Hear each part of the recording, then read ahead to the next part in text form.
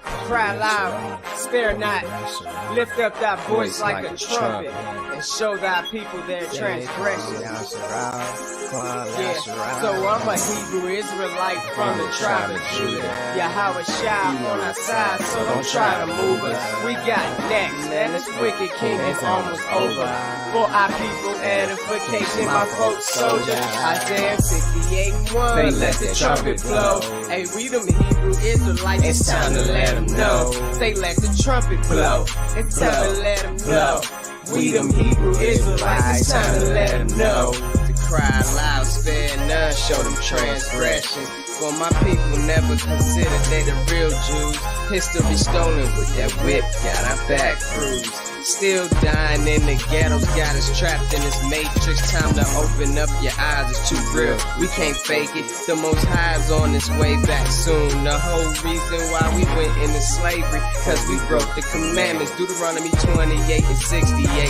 Who is this nation of people? Not the seed of Ham, but the seed of Shem. From the bloodline of Abraham, Isaac, and Jacob. Revelation 2 and 9. Don't let these fake Jews tell you a lie. In due time, they all bow down. I wanna get my crown and stand firm in this truth. Ha Mashayach Yahawashi, that's his Hebrew name. Wasn't no J's in the Hebrew letter. So I carry this truth like I carry my sweater in the winter cold. This what you ain't been told. Esau's cover blown. We let the trumpet blow and let all my ox know that you a set apart nation, ain't compared to none.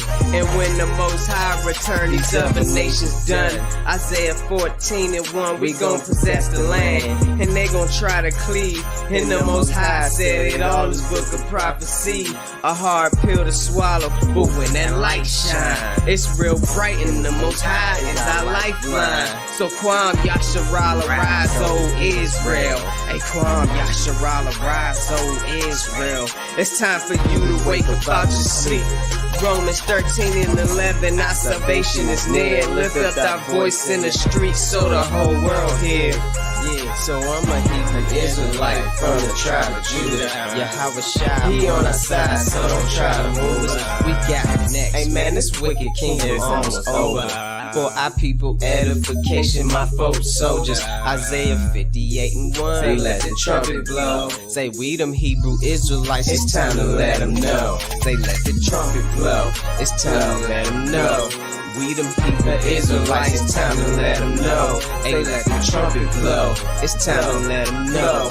We them Hebrew Israelites, it's time to let them know. Would you denounce wicked traditions or not? Go to church on pagan Sundays, don't keep the Sabbath at all. That's why we standing on these corners, get this message to y'all. That you living in the wicked world, they knowledge is flawed. Full of satanic practices, the Vatican worship the Black Madonna on the low. While we die from Planned Parenthood, this is woe. Why you think we quoting scriptures, going head up with the beat, spreading righteousness ooze, leaving our enemies duped. This institution is through.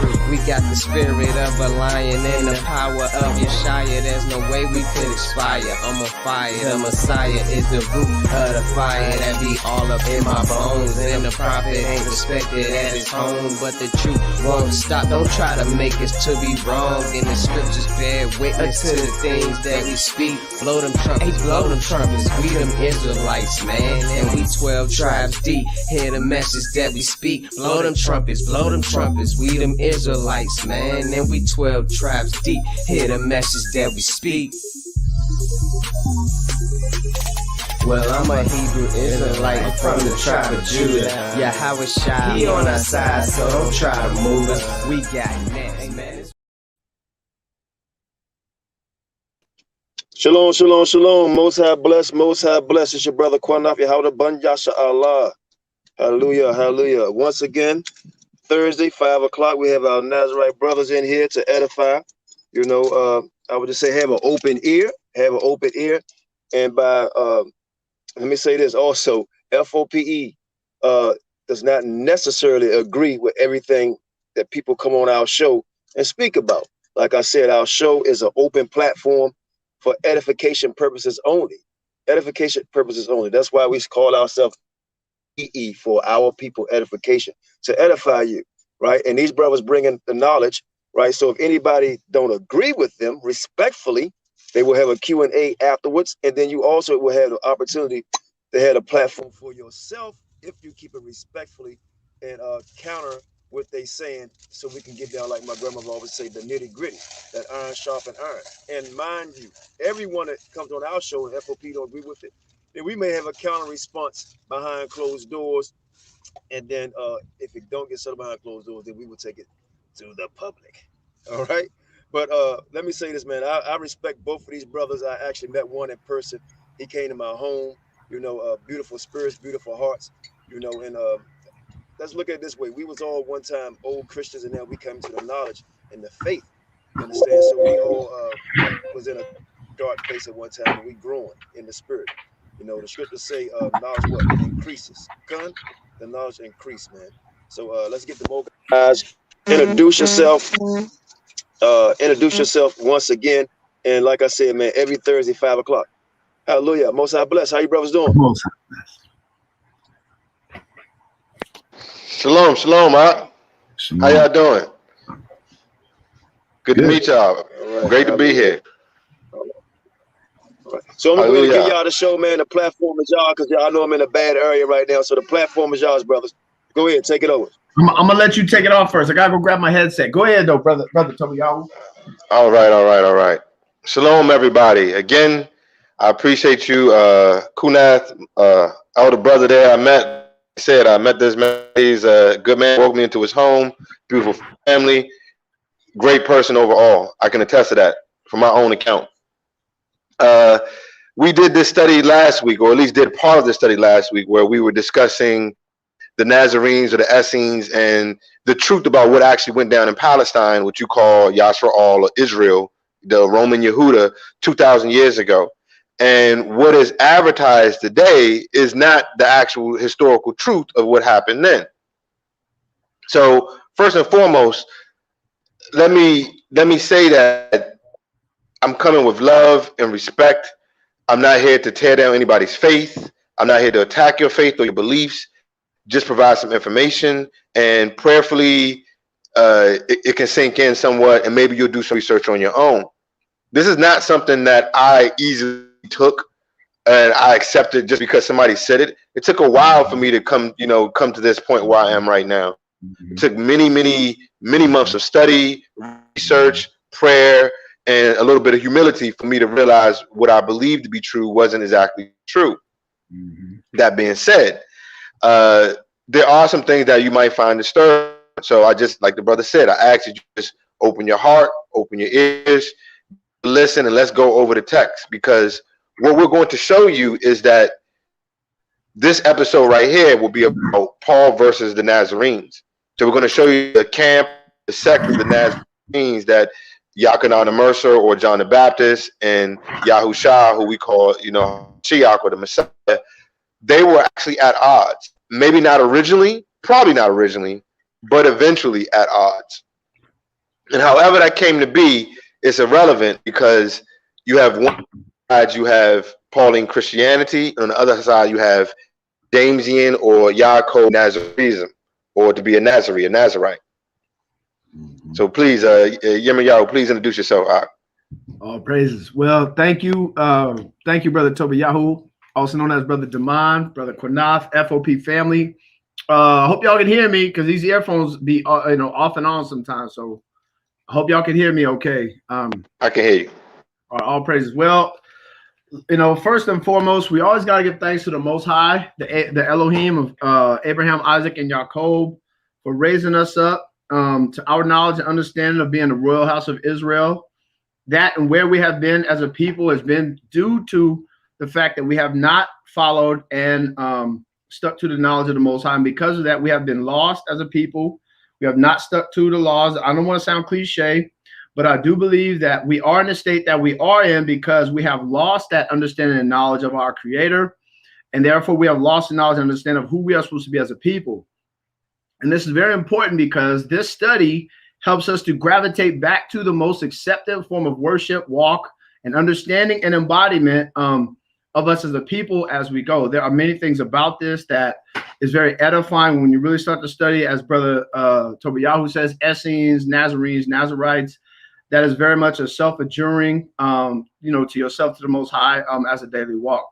But by the grace and mercy, my brother Tobiyahu was going to light me up a couple years ago when he was like the Nazarites were at camp, and I was like, no, they wasn't. And he said, you want to go live? You want to go live? And I was like, man, just go ahead and light me up right now, man, because I had to yield. I didn't know what I was talking about.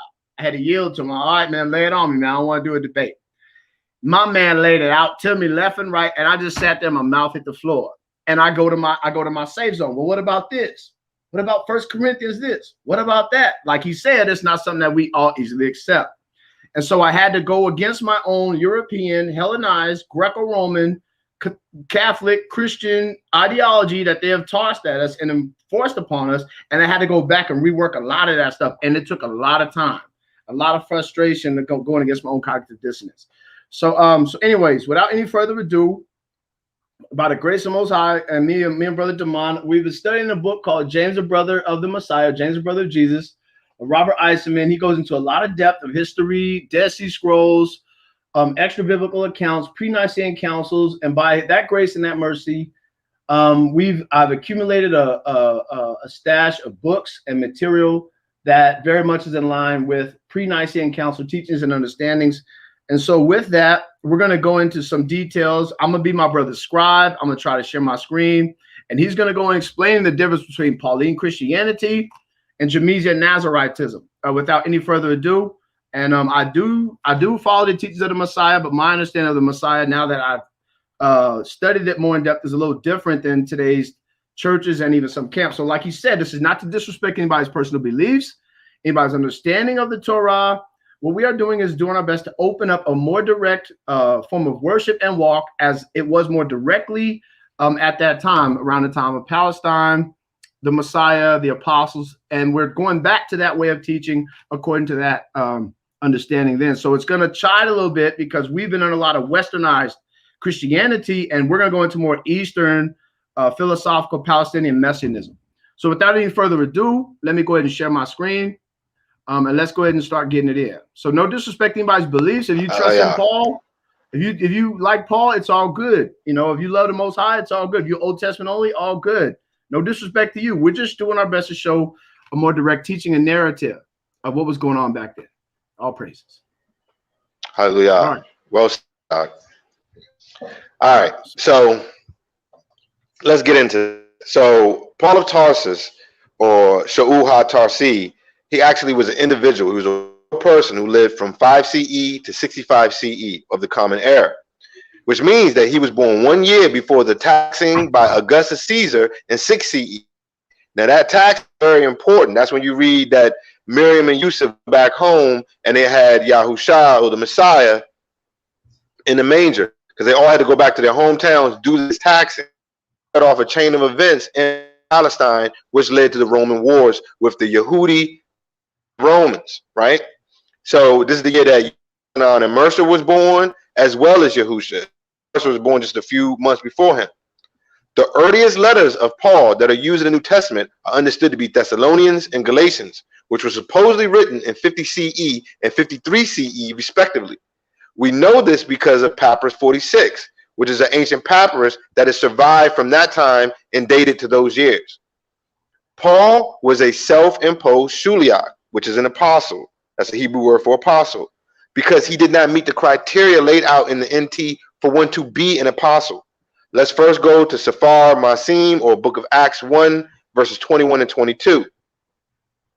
See if we can get that up so the people can read this.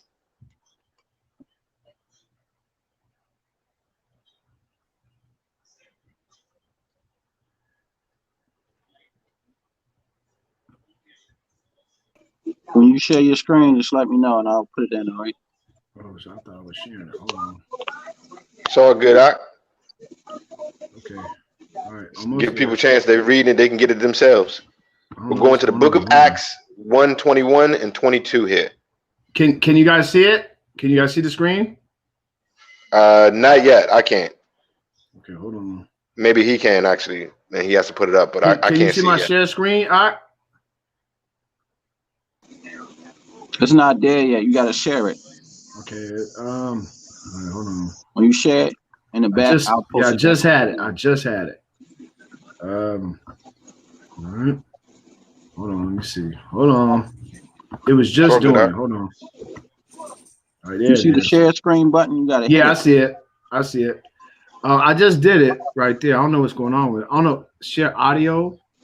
All right, I just had it. I don't know what's going on with it. I just had it. Okay, hold on. I don't know if it's my okay. Yeah. You think it might be the headsets? I was wondering that. You have a different option or something? Yeah, let me see. I don't think it's headsets. Now it's not letting me do it. Hold on. Now it's not letting me do it. Okay. Hold on. Let me see what's going on. Let me try to go to StreamYard. All right, that's what it says. Everybody can hear me. Stop cam. It's not even letting me mute it, man. Hold on. I mean, you just did it, so I don't know. It was just working. Yeah, I know I did. I know. Yeah, I don't know why it's doing that, but you should be allowed to share your screen. You just got to hit the button, and I did. It'll pop up, and I can post it for you. All right. Hold on, let me see what's going on with this. Yeah, it's not letting me click on anything right now. Hold on, let me just close out. I'm trying to jump back in. Just let me close out. Jump back out and jump back in. That could be the problem as well. I don't know. StreamYard been acting funny for a while now. Ever since they had an update. Okay. Okay. Yeah, the first time I've ever used this is with you brothers. I think it's pretty cool, but I've never used it before. Yeah, it's been acting up a little bit. Because it wouldn't even let me share the stream yard links in the chat or even on YouTube for some reason. I don't know why. It started bugging out every now and then. All right, let's just pray just a little simple bug. It's crazy. It shouldn't be long though. If he jump back in, hopefully it'll straighten itself out. Hopefully it'll clear itself up. I mean, I got no problem just reading it, but I would like for people to be able to, to read along as well. I think that helps. At least it helps me anyway. Yeah, see, I'm doing it off my phone, so I don't even have a share screen button. Yeah, me too. I don't have a share screen button. Let's try it again. Y'all can hear me, right? Hear you loud and clear. Oh, praise God. Let's try it again. All right, I just hit the share screen button. It says entire screen or window. It don't matter, whichever one you want to do. All right. Your screen will be up there. Okay. There you go. All right. All right. There we go. All right, there it is. All right, let's get over to it. All right. All praises. I'm gonna be in the back chat if y'all need me. Okay. So I can all right. All right. Appreciate you, Ak. Thank you. To that. All right. Acts 1:21.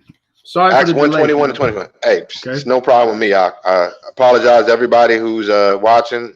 Sorry for the delay.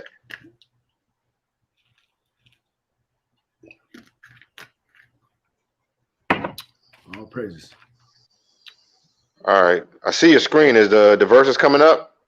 Yeah. I'm on it right now.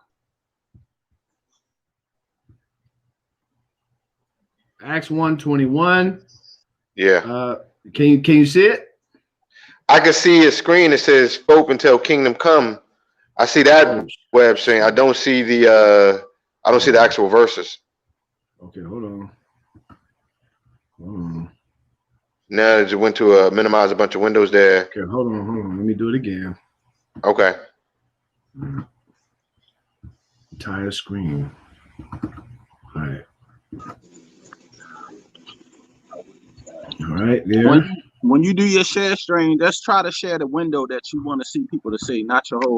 Yeah, try the window. Yeah, try the window instead of. All right, how about that? Can y'all see that? Hold on, let me look. Yeah, there you go. Okay. Sorry for the delay. All right, let's get it in. It's all good. All right, perfect. Okay, so we have the book of Acts 1:21 verses chapter 1 verses 21 to 22. Now, this right here is the apostles explaining exactly how one becomes an apostle or how you're qualified to be an apostle.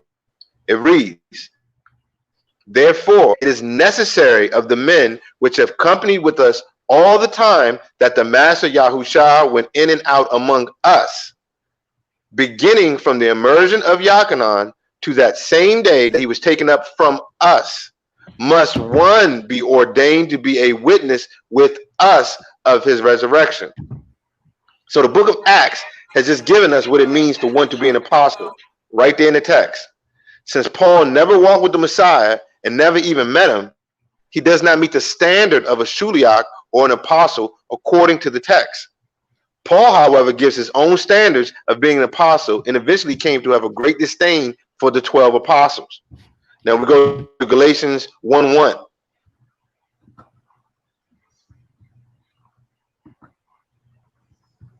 We see Paul, a Shuliach or an apostle, not of men, neither by man, but by Yahushua Mashiach, the Messiah, and Elohim, the Father, who raised him from the dead. Second witness of this, Romans 1:1.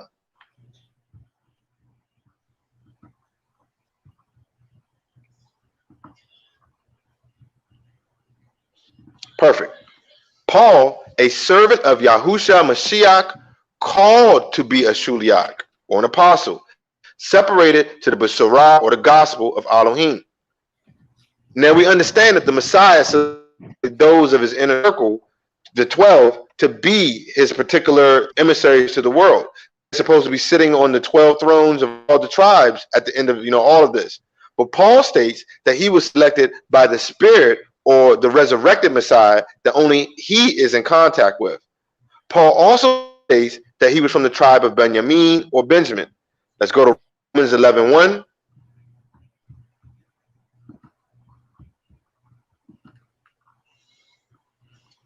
It reads, ask then, did Elohim reject his own people? Certainly not. I myself am a Yisraeli or an ancient Israelite, a descendant of Abraham, a member of the tribe of Benjamin.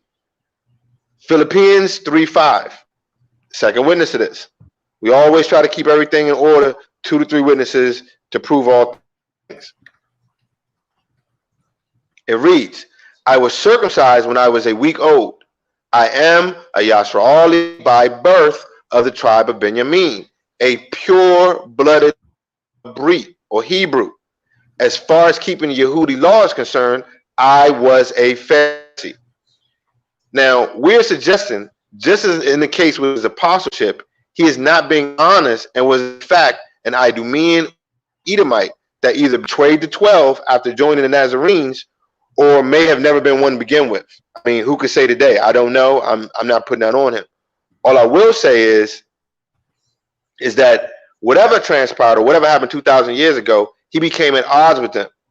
And he was not actually related to them directly as one of the tribes. One fact that helped illustrate this point is the fact that he identified himself as a Pharisee and was the son of Pharisees. So let's go to the book of Acts 23, verse 6.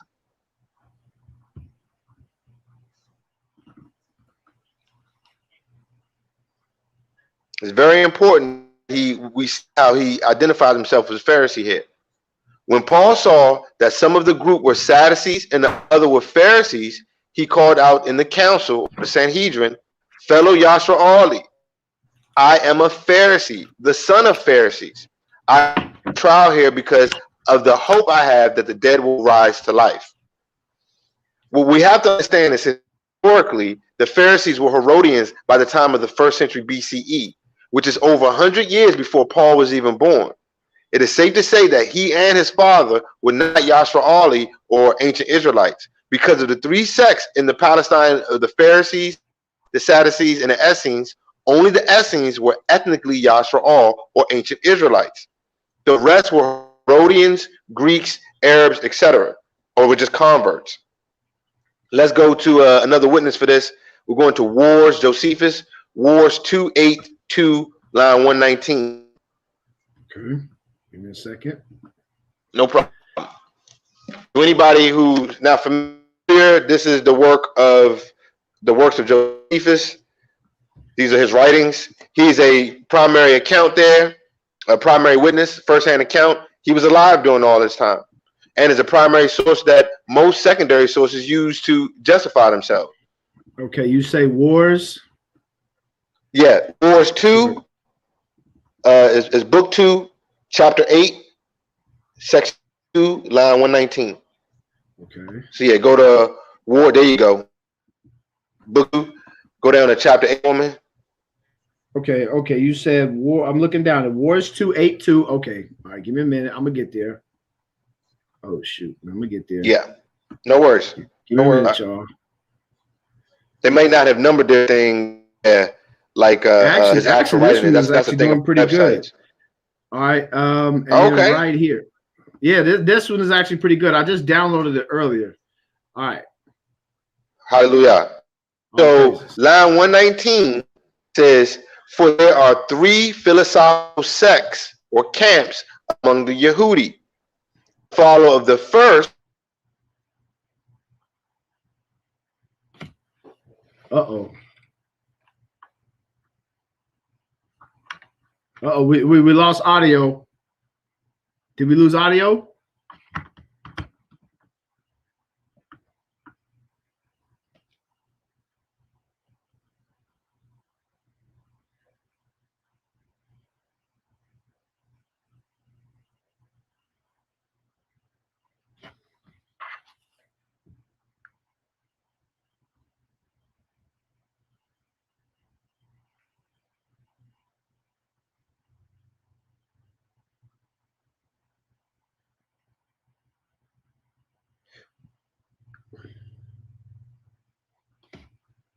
Did we lose audio? Everything good? It looks like we lost brother Damon. He might come back in. Okay. But what he was trying to show us was that there was no such thing as Christians in the early 1st century, dealing with the apostles and dealing with the Nazarites and the Essenes and things like that. He's showing us that in the book of the Wars 2:8:2, line 119. When he comes back, just go ahead and bring him back in. It says, "For there are 3 philosophical sects among the Yehudi, the followers of first, which are of the Pharisees, the second of the Sadducees, and the third sect, which pretends to a severe discipline, are called the Essenes. These are Yehudi by birth." And this is what Brother Damon is trying to stress, is that this is who Yehudi was. They weren't considered Christians. They were referred to as Essenes. And it says right here, "and seem to have a greater affection for one another than the other sects have. The Essenes reject pleasures as an evil, but esteem continence and the conquest over passions to be virtue. They neglect wedlock, but choose out other persons' children while they are pliable and fit for learning, and esteem them to be of their kindred. Inform them according to their own manners. They do not absolutely deny the fitness of marriage and the succession of mankind thereby continued, but they guard against the lascivious behavior of women, and are persuaded that none of them preserve their fidelity to one man." So he's trying to show us that the Pharisees and the Sadducees were foreigners, and the only one of these 3 sects were actually the Essenes, which were Yehudi by birth. And he's trying his best to show us historically and give a account of this, why Paul was considered a Pharisee. He's trying to show proof that it appears that he was a foreigner. I'll continue on where he's at until he gets back. And then he wanted us to go to Acts 24. He gave me his list. I'm gonna go over his list. Hopefully until he gets back on, until you guys get a message from him. Acts. He wanted to show us Acts 24 because he gave me his list. Acts 24, verse 5. Okay. Acts 24, verse 5. "For we have found this man, a pestilent fellow, and a mover of the sedition among all the Yehudi throughout the world, and a ringleader of the Nazarenes." That's what they're saying right there in Acts 24, verse 5. And so what he's doing his best to show is that what he's saying is that Paul was actually a Pharisee because he was a foreigner, and that actually Nazarenes and Essenes were like subgroups of all Yehudi. That's there. When he gets back on, like I said, I don't know if he's gonna hit you guys with a message or try to just get back in the get back in the show or whatever. 1 Corinthians. Soon as he pop back in, I'll put him back in the show. Okay, yeah, I don't know what's going on with the signal out there. That's why I got my mic muted. I'm being quiet as possible. My man is way out there in Ghana, so sometimes they have signal things going on. So he gave me his list. So I'm gonna just try to, follow where he was at. Okay, no problem. Okay. I'm right here listening until he come back. As soon as he come back, I'm gonna throw him right back in the room. All praises. So it says right here in 1 Corinthians 6:12, he says right here, all things are lawful unto me, but all things are not expedient. All things are lawful for me, but I will not be brought under the power of any. And what he's attempting to show us is that Paul was not particularly fond of coming under the authority of the Nazarenes. We see on a couple of occasions when he went up to Jerusalem for the Jerusalem Council, we had talked about again under Acts 15, under Acts 21, Paul was being told on a couple of accounts how to look at circumcision, how to look at the Torah, and how to look at different aspects of the law. And so we see right here that Paul did not want to become under the authority of any of the Nazarenes when he acknowledged in Galatians, I think it was like 1:19 and Galatians 2:9, that his authority was who seemed to be pillars. I think he said in Galatians. Yeah. All right. Are you back? Okay, cool. All praises. Okay. All praises. I'm back. I yield. All praises. I think my phone signal dropped. Okay. All praises. All right. I yield back. I appreciate that. So I pray everyone saw how that only the Essenes were the sect that were actually Yehuda by birth. And as I righteously went over here, did you already go over Acts 24:5 where it said yes to the Nazarenes? Yes. I could go back if you want me to. Okay, hallelujah. No need for that. So I just want people to see that this was actually a sect or a group.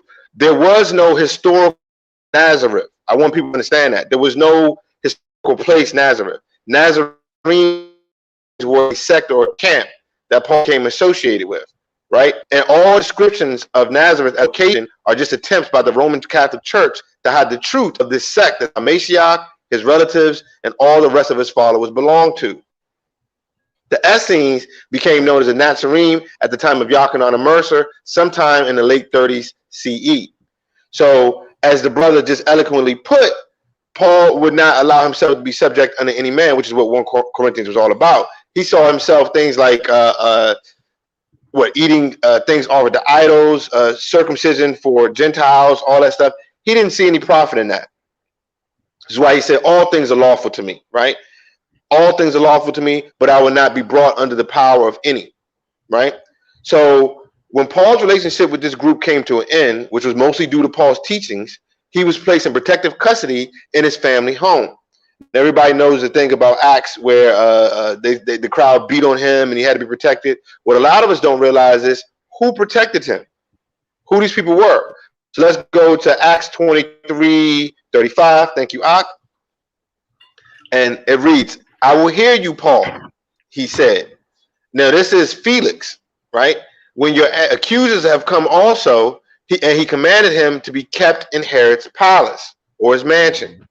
What you have to understand is Antonius Felix was the procurator of the Idaean province from 52 CE to 60 CE, and he was married to Drusilla. And this is all very important. Let's go to Acts 24:24.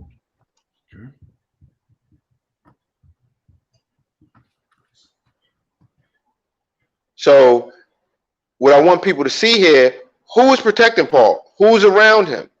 And it reads, and after certain days, when Felix, this is Antonius Felix, who we were just talking about, came with his wife Drusilla, which was a Yehudi, he sent for Paul and heard him concerning the faith in Messiah. Now, we have to stop and ask, this is one thing I had to do. I had to do some critical thinking. Do we honestly believe that he was teaching the Romans and the Edomites about the Messiah? I mean, I guess it's possible, but I personally think it's very unlikely. If we recall from last week's study, Drusilla is an Idumean that lived from CE 38 to 25, 25th of August to 78 CE, and was the daughter of Herod Agrippa I, the king of Roman Judea, and the sister to Bernice and Miriam and Herod Agrippa II. Felix was protecting his wife's family member Paul from the people during the war between the Yehudi and Rome. A lot of times we forget that this was actually a war zone. This is why Agrippa II, Bernice, and Drusilla, who are all Herodians, visit them in their family home, which was the protective custody. These were all Edomites. So let's go to Acts 5:23. Thank you, Rock. And on the morrow, when Agrippa, this is Agrippa II we're talking about here, was to come, and Bernice, with great pomp, and was entered into the place of hearing with the chief captains and principal men of the city, and Festus' commandment, Paul was brought forth. Paul was submitting to Roman judgment because he was a Roman citizen. We have shown the Herodians, we've shown how the Herodians became Roman citizens and why Paul was a citizen from birth, which was not true for other Yashraali or ancient Israelites. None of them could ever claim that. We did this last week's study. They were given this right by Antipater. Julius Caesar granted Antipater Roman citizenship for all Herodians. They were free from taxes everywhere. So what I want people to do is to stop and think, can you imagine that any of the 12 or their families being kept in Herod's palace under protective custody? Can we imagine them calling for Caesar to come and judge them instead of the people? Of course not. Paul's lineage was not from Benjamin, and a quick study of biblical history will prove this.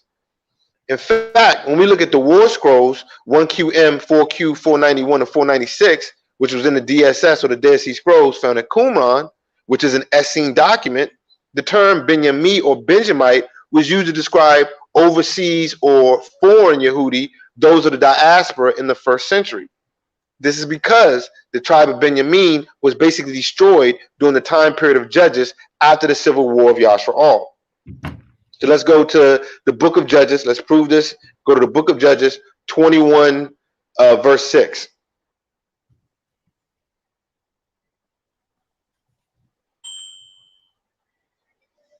To that. And the children of Yashraal repented them for Benjamin or Benjamin, their brother, and said, there is one tribe cut off from Yashraal this day. I want people to understand what this means. The tribe that we understand is Benjamin or Benjamin were cut off from this day forward. And we're going to see what actually happened here. So let's go back to chapter 20, verse 47. Judges 20, verse 47. Oh, dog. Okay. Judges. Thank you. Yeah, no worries, Doc. So it reads, oh, somebody's phone ringing. Yeah, my apologies. But no worries, Doc. No worries. It reads, and the children of Yashraal, but 600 men turned and fled to the wilderness to the rock Rumim, and abode in the rock Rumim for months. The tribe, as we understand it, was destroyed at that time, and only 600 men remained from that tribe, and the rest of Yashraal needed to repopulate. But they made oaths not to give their daughters to them. So we see this in Judges 21, verses 1. So head up to book of Judges 21, 1 from to that.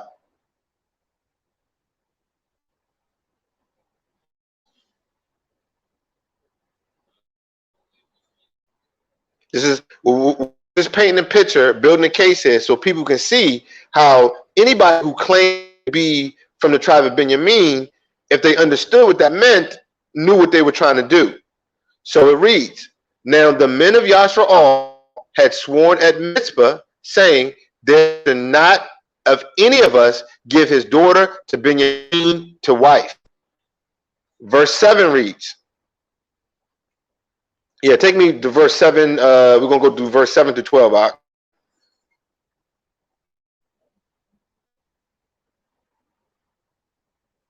just wanted people to see the oath that was made there. This oath that nobody will be giving their wives, their daughters to Benjamin or Benjamin so they can have wives. Verse 7 reads, what shall we do for wives of them that remain? Talking about the 600 right here. Seeing as we have sworn by Yahweh that we will not give them our daughters to wives. Verse 8 reads,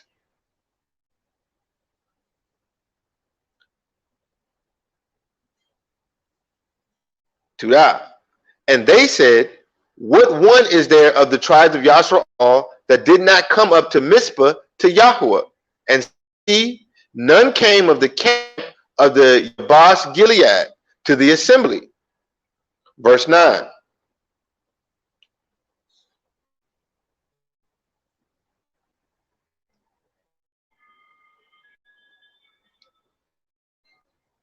For the people were numbered, and see, there were none of the inhabitants of Yabas Gilead there.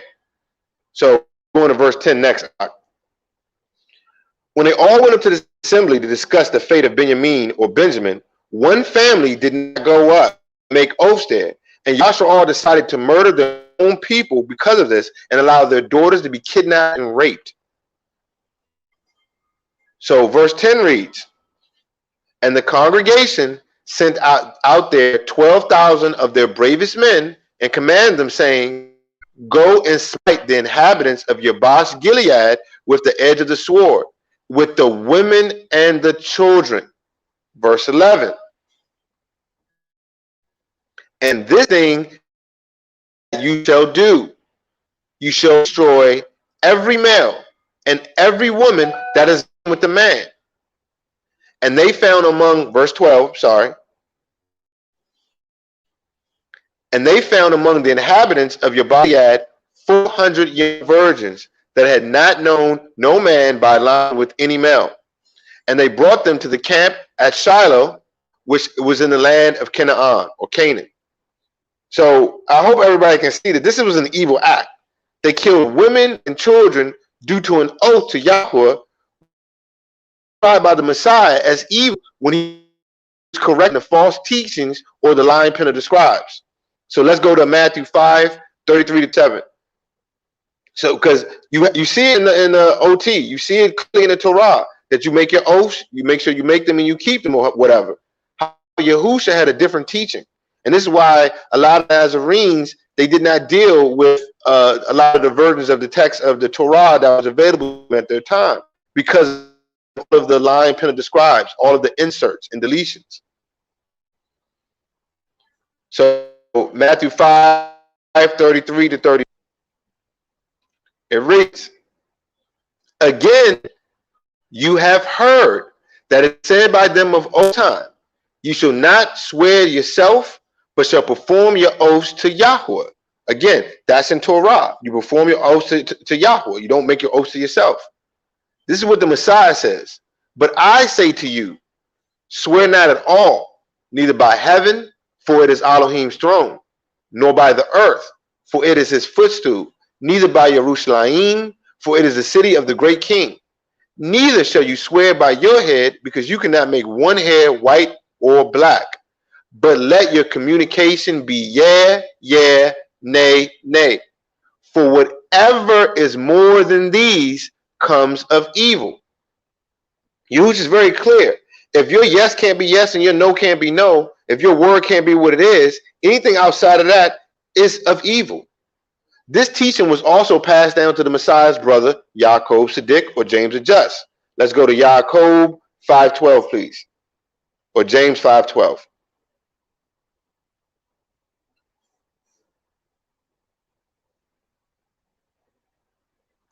This right here is the correction that these Essenes or Nazarenes were making when it concerns some of the things that we saw in the Torah. And it repeats his brother's words almost verbatim. But above all things, my brothers, swear not, neither by heaven, neither by the earth, neither by any other oath, but let your yea be yea and your nay, nay, lest you fall into condemnation. So he's telling you, don't make any oaths or you'll fall in condemnation. Let your word be what it is. This concept of not taking oaths was well documented as an Essene or Ebionite doctrine. Let's go to Wars 2, Book 2, Chapter 8, Section 6, line 135. We're going to show you that this right here was a common belief and practice of the Essenes or the Ebionites.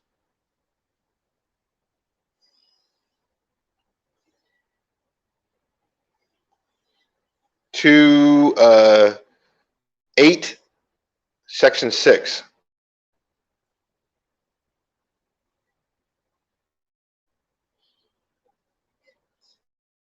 Line 135.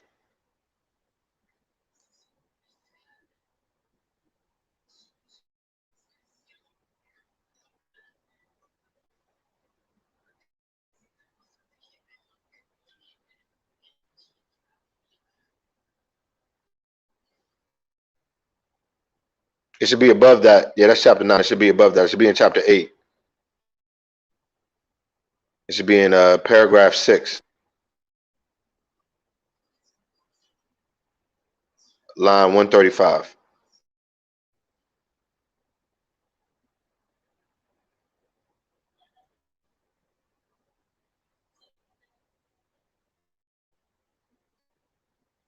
Well, as you look for the, I'll just start to read for y'all right quick. They, meaning the Essenes, are eminent for fidelity and are the ministers of peace. Whatever they say also is firmer than an oath, but swearing is avoided by them, and they esteem it worse than perjury. For they say, he who cannot be believed with swearing by Elohim is already condemned. Listen to that language. It's the same language there. Condemnation, condemned. If you cannot be believed by your word alone, you're condemned. This oath during the time of rulers or judges was evil and definitely came from evil. And then they had these 600 men take these 400 virgins to try to repopulate Benjamin, which would not be enough, of course. Not just that, they then set it up so that Benjamin would be able to kidnap women to try and fill up their ranks. Let's go to, yeah, 2 dot. I see it right there, 2 dot. So anybody wants to look at that can check that out. That's what it says. They're already condemned. So let's go to the book of Judges 21:21, please.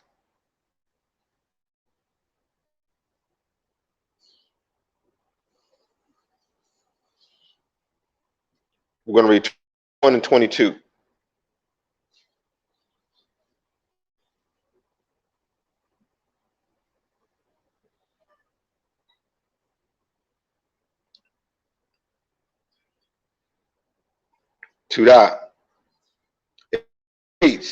And watch and see if the daughters of Shiloh come out to perform their dances.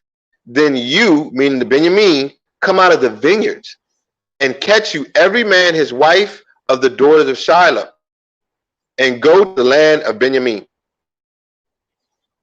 And it shall be when their fathers or their brothers come to us to complain, that we will say to them, favor them to us for our sakes, because we did not take a wife for any man in battle, neither did we give them to the men, so that you would not be guilty of your oath.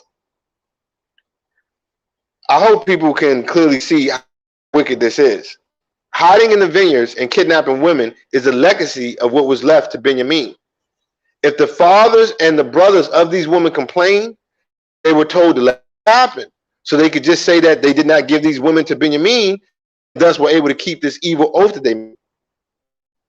The historical fact, the tribe of Benjamin or Benjamin was not an established tribe even before the time of the dynasty, much less 1,000 years later during the events of the 1st century CE in Palestine. Benjamin was truly destroyed after that war, and this is why they were absorbed into the southern kingdom, and why the authors of the Dead Sea Scrolls refer to them as foreigners or overseas Yehudi. This is also why Paul of Tarsus chose his lineage from that tribe, because no one could fact check it. It was the perfect tribe if one was a Herodian and wanted to hide his lineage among one of the 12 tribes. So it is our position that Paul was not related to any of the 12 apostles in any way, and was not a part of this organization by even the mid-50 CE. The Ebionites or Nazarenes, they rejected Paul's writings outright, and the Roman Catholic Church knew it. This is why this sect had to be branded as heretics by the Roman Catholic Church, just as in cases we have already seen where only fragments of their writings are left in the writings of these church fathers. So We got one from Irenaeus. I don't know if you got this one, Ak. Thank you, Ak. Against Heresies, 126. To that.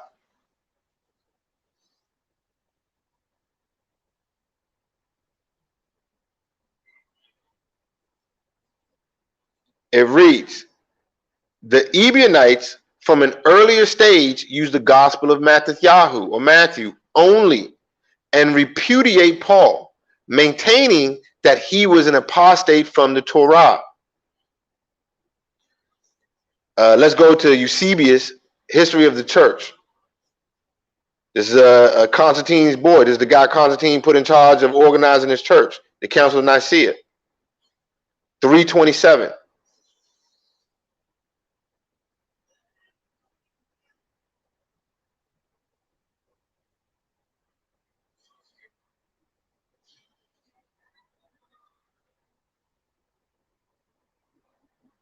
To that.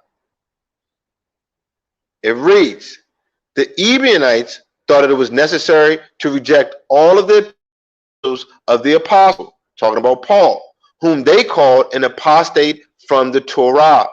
Now, Irenaeus was what they called a apostolic father, meaning he was somebody who knew the apostles, but he didn't know Messiah or anything like that. So he's kind of in the same position as Paul. He knew of the men who knew the Messiah, didn't know the Messiah directly.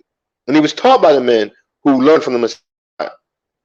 Eusebius came centuries later and it just basically regurgitating what Irenaeus was talking about. And I want you to notice he left out where Paul didn't say that. He just calls him the apostle whom they called an apostate from the Torah.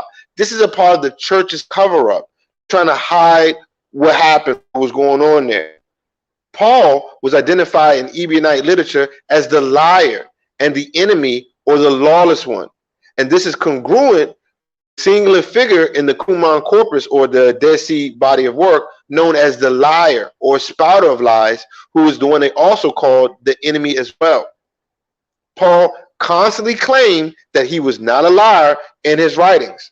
So let's go to Galatians 1, please.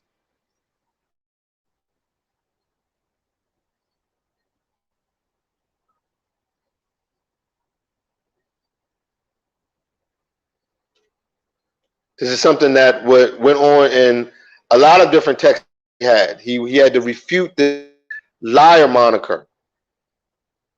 It reads, now the thing I write to you, behold, before Elohim, I do lie. One more, second witness, Romans 9:1.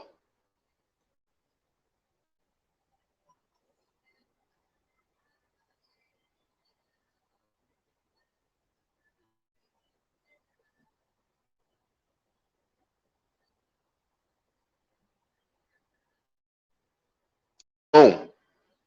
I say the truth in Mashiach, I do not lie. My conscience also bearing me witness in Ruach HaKadosh, or the part spirit. Now, the only reason he will constantly be claiming that he is not a liar is if someone was accusing him of lying. No one just makes claims like that unless there's someone claiming the opposite. If I told y'all I was not a thief, just out the blue, you would assume that either I was a thief or that people were accusing me of being a thief. The historical truth is that Paul came into Palestine sometime after the death of the second Roman emperor Tiberius in 37 CE, who had hounded Agrippa I and caused him to flee to the castle in Palestine where Yochanan and Mercer or John the Baptist was killed. Agrippa I was given rulership in Palestine in 41 CE after his friend Claudius came to his throne as the Roman emperor. So let's go to Antiquities 18:5-2. Book 18, chapter 5, section 2. We're going to lines 116 and 17, and then we're going to read 124. To that.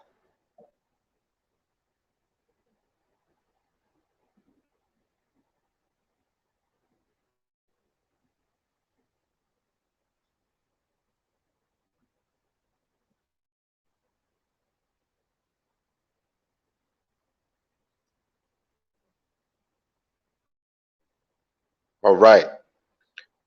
Line 116 reads. Yeah. Chapter 5. Yeah. Section 2. So be in the second paragraph.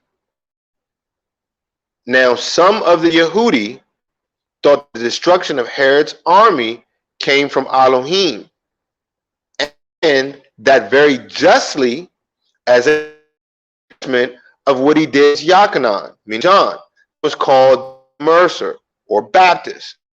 For Herod, we're talking about Antipas here, slew him, who was a good man, and commanded the Yehudi to exercise virtue, both as to righteousness towards one another and faithfulness towards Elohim, and to succumb to and so to come to immersion, for the washing with water would be acceptable to him, meaning Elohim, if they made use of it, not in order to the putting away or remission of sins only, but for the purification of the body, supposing still that the Ruach or soul was thoroughly purified beforehand by righteousness.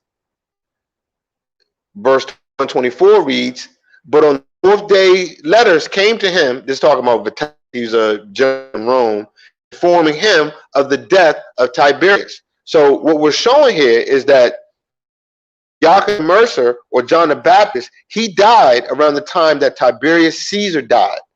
This is historical truth. And the second witness for this is ecclesiastical history 241. So let's check out Eusebius again, ecclesiastical history.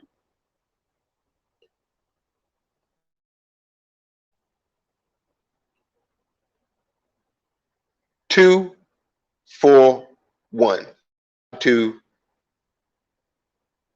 yeah. 4, 1. It reads, after the death of Tiberius Caesar, Caius Claudius, however you want to pronounce that, appointed Agrippa, meaning Agrippa I, king of the Yehudi, having punished Herod, this Antipas, with perpetual exile. Tiberius died after having about 22 years, and Caius, or Claudius, succeeded him in the empire. I thought I was losing it again. He immediately gave the government over to the Yehudi to Agrippa, again, Agrippa I, making him king over the tetrarchs of Philip and Lysander, in addition to which will be upon him not long afterwards the tetrarchy or governorship of Herod, having punished Herod, the one under whom the Savior suffered, and his wife Herodias with perpetual exile on account of the numerous crimes. Josephus is a witness to these facts. So we have a second witness, and I wanted to show people that this right here is a secondhand account, meaning Eusebius. He's a secondhand account using the firsthand account of Josephus as a primary source. So this is letting everybody know that the date of Tiberius Caesar's death, it was around the same time that Joachim Mercer or John the Baptist died. This is important because when we're tracking the movement of the Herodians, this also included Paul of Tarsus. After the incident where Paul killed Stephen, just a fictional retelling of the murder of Jacob Sadiq or James the Just, that's going to need its own study. So we're not going to get into that with this one. It's going to be too long. We could just do it at another time, another show. But after that, we see in the book of Acts informing that Herod attacked the Nazarenes. So let's go to book of Acts 12, verses 1 through 2.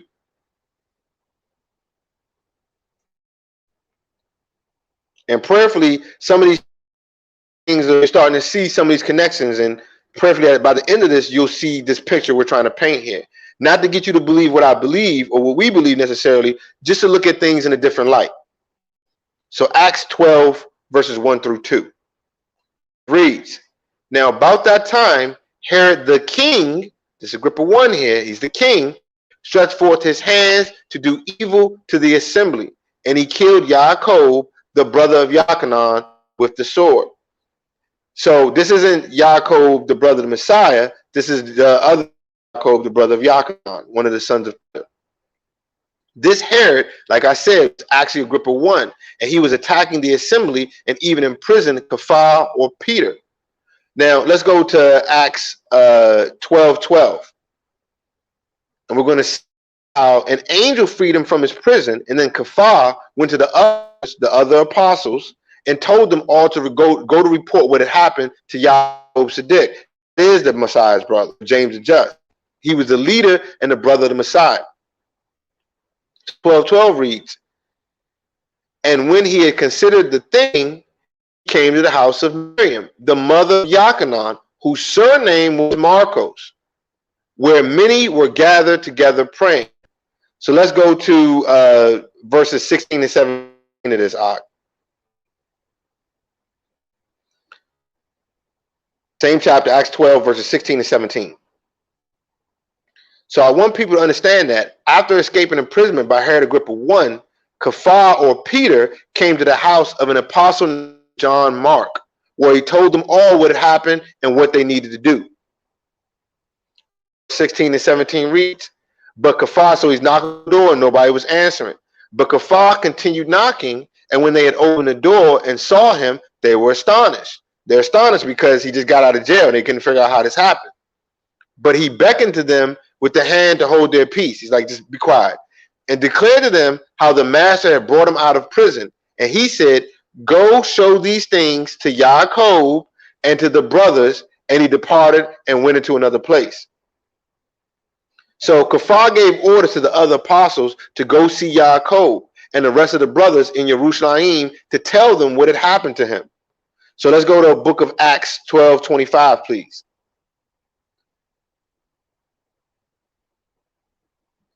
This is when Barnabas, who was actually Matthew, which we'll show, were on their, and Paul were on their work, and they had Yachanan Marcos or John Mark with them.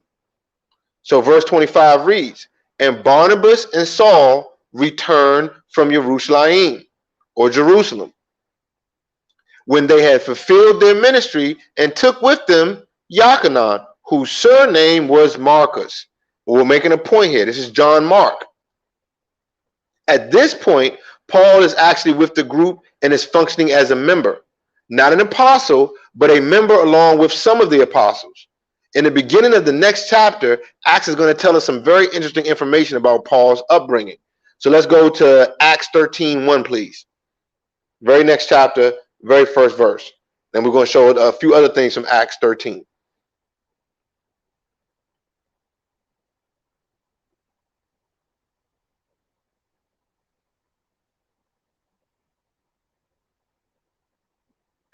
Cool.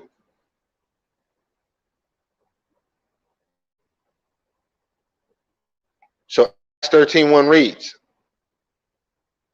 I'll make sure you guys get this so you can see, y'all can read along with us and see this. Because this is another very important point. There we go.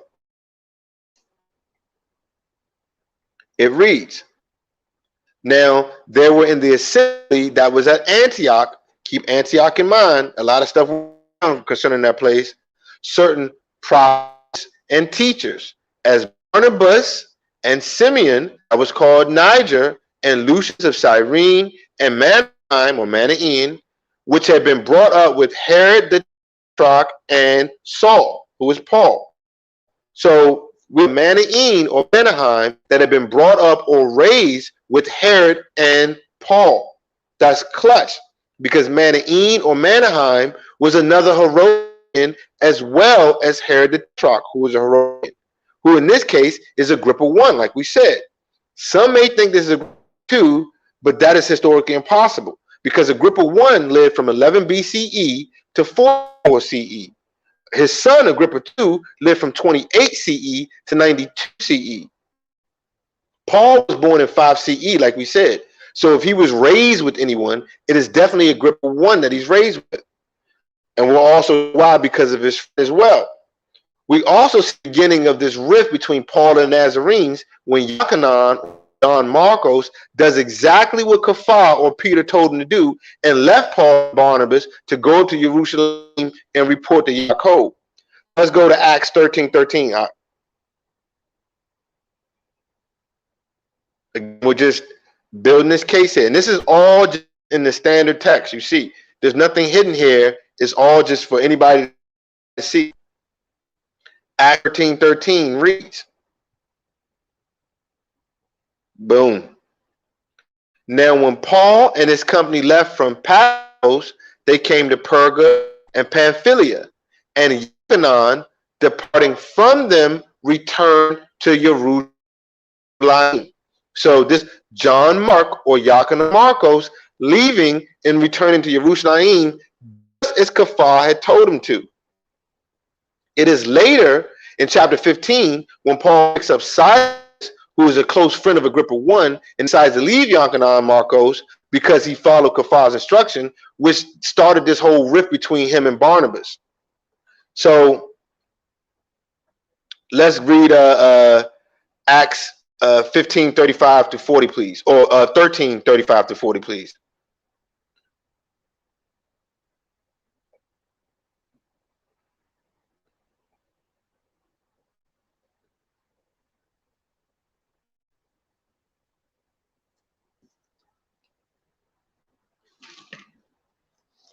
Oh, let me get my book. That actually may be chapter 15. Actually. Just check out 13 right quick for me. Yes, right there. Paul also and Barnabas continued in Antioch, teaching and preaching the word of the Master with many others also. And some days, next verse, and some days after, Paul said to Barnabas, let us go again and visit our brothers in every city where we have preached the word of the Master to see how they do. And Barnabas determined to take with them Yochanan, whose surname was Marcos. This is John Mark. But Paul thought not good to take with them, departed from them in Pamphylia, and went not with them to the work, like we just read. He just left from them to go up to Jerusalem like he was commanded. And the contention was so sharp between them, meaning Paul and Barnabas, that they departed asunder one from another. And so Barnabas took Marcos and sailed to Cyprus, and Paul chose Silas and departed, being recommended by the brothers to the grace of Elohim. So the important takeaway here is that Barnabas with Yochanan and Paul chose Silas. But as I stated, Silas was a close friend of Agrippa I. Let's look at our second witness on this. Let's go to Antiquities 18, book 18, chapter 6, sect 7, line 204, please.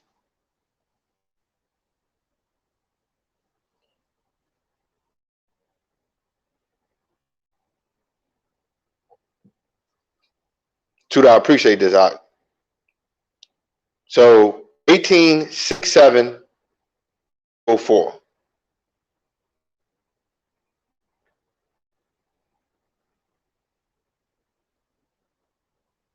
So what we're going to do is we're going to show. So, I mean, anybody who can see, who's just reading the text, you clearly see that Yochanan Marcos, or John Mark, Paul wanted nothing to do with them as he left and did exactly what Kafar or Peter told him to do.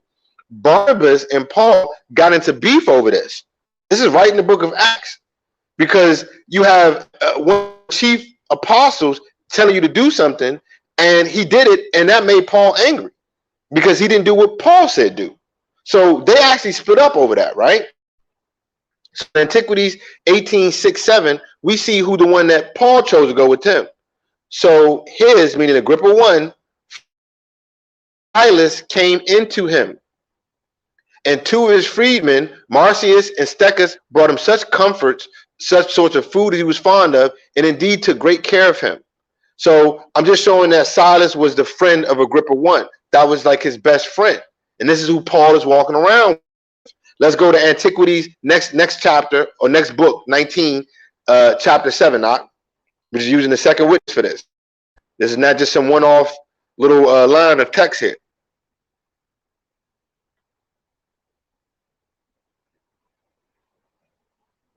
This cat Silas was the best friend of Agrippa I.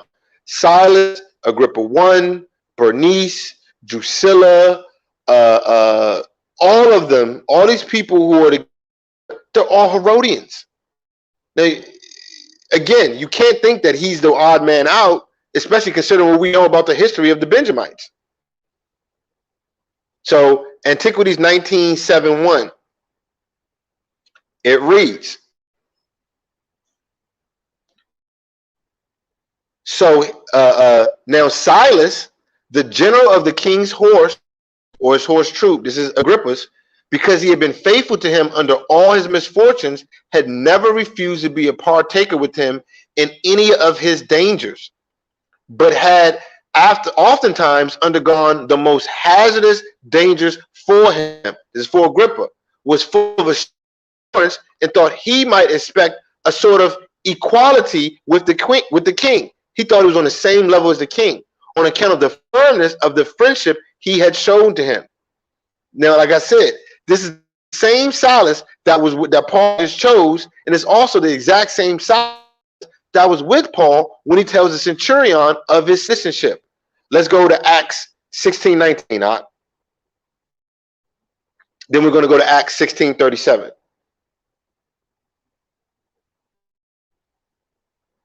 Like I said, we're just laying the case here so we can all see what is clearly in the text. With a little historical context, will make very clear after a little bit of study. It reads, and her masters saw that the hope of their gains was gone, they caught Paul and Silas, the cat that he chose, and drew them into the marketplace to the rulers.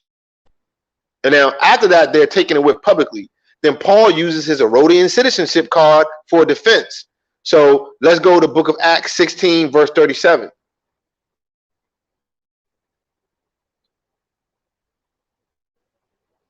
And like I said, I want people to keep in mind that this is a war zone with Roman centurions here.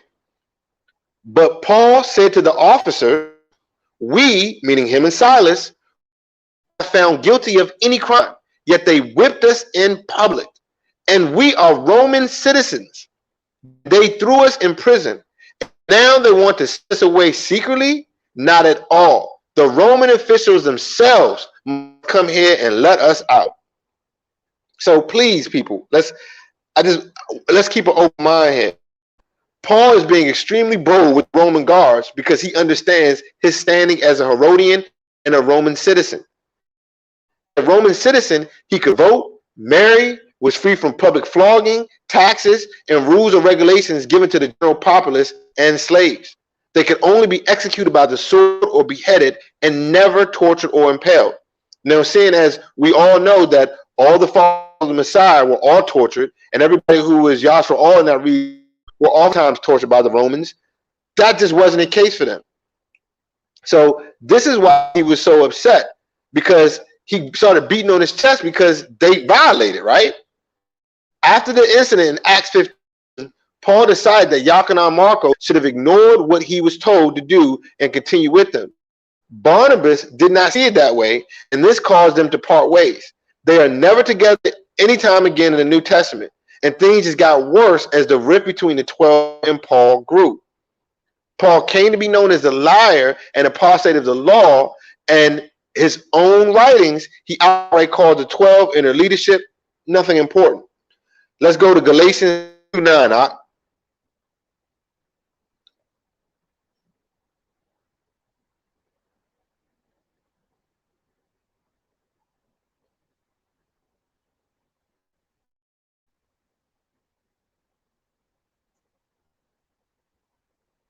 Boom. And when Yaakov, this is Paul's letter to the Galatians, and when Yaakov, Cephas, mean Peter, and Yachanan, who seemed to be pillars, perceived the favor that was given to me, they gave to me and Barnabas, or Barnabas, the right hands of fellowship, that we should go to the heathen, and they go to circumcision. Now, this leadership structure is just what we see in the Dead Sea Scrolls. Remember, that is an Essene Ebed document. In the community rule scroll, 1QS68, it reads, in the council of the community, there shall be 12 men and 3 priests, perfectly taught in all that is revealed of the Torah. So I'm just trying to show the correlation between what they were doing and what the Essenes believe you see in the Dead Sea Scrolls. So go ahead and set up 2 Corinthians 11 for me. I want everybody to see that it clearly states that Paul did not see them as anything important, and even saw himself as on the same level with them. We got to keep in mind that these are the men who are supposed to rule over the 12 tribes of Yasharal in the resurrection. They're handpicked by the Messiah himself, and he thinks that they're nothing of any significance, and I'm nothing less important than them. So 2 Corinthians 11:5, please.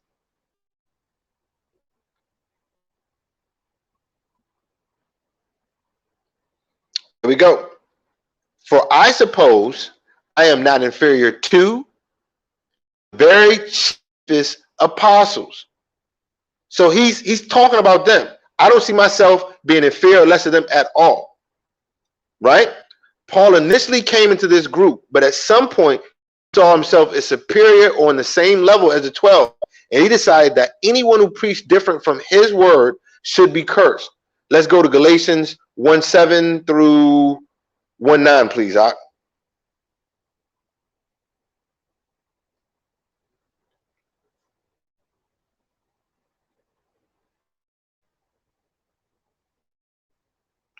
Paul starts to talk about his doctrine, his gospel, his word, his message. It reads, which is not another, but there be some that trouble you. He's talking directly to the Essenes, the Nazarenes. They're troubling you and will pervert the Besorah or the gospel of the Messiah. But though we or a Malik from heaven proclaim any other gospel to you, that which we have preached to you, let him be cursed. As we said before, so I say now again, if any man proclaims any other Besorah or gospel to you than that which you have received, meaning from him, let him be accursed. So Paul comes down from heaven. You're supposed to ignore that Malik and just listen to what Paul said, right? That doesn't seem reasonable to me. You know, however, like I said, I can understand if he thinks he's right. It's just that seems a little harsh. I know if a Malik came down and started talking to me, I would probably ignore someone that told me. If certainly if a Malik comes and tells you something, ignore anything that I say and listen to that Malik. So Yaakov or James seem to directly contradict this sentiment. So let's go to James 3:10, please. So Paul tells you, if anybody teaches anything different than what I'm saying, let that person be cursed. Even if it's a Malik that comes and tells you that, let him be cursed. In James or Yaakov 3:10, he seems to be in opposition to that. 3:10.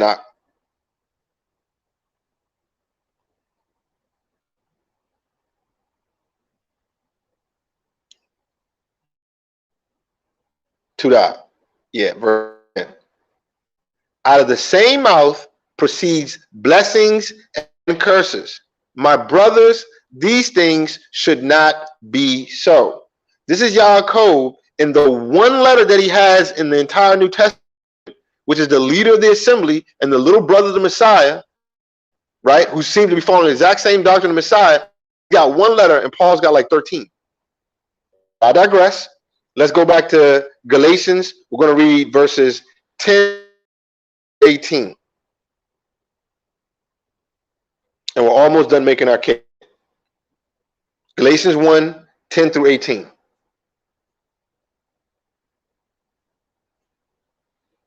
And again, I'm not trying to attack anybody's belief. I'm just trying to put a little historical context and put out of these letters that just we read in abstract, put them in context to see what's actually said and what's actually going on historically. And it reads, for I do now persuade men, or do I seek to please men? If I yet please men, I should not be the servant of Mashiach. Right? So it's this whole thing about, I'm not trying to please nobody. He's talking about the 12. I want people to put that in, look at it in that context. He's speaking about the 12 here. But I certify you, brothers, the Besorah, which was of me, is not after man.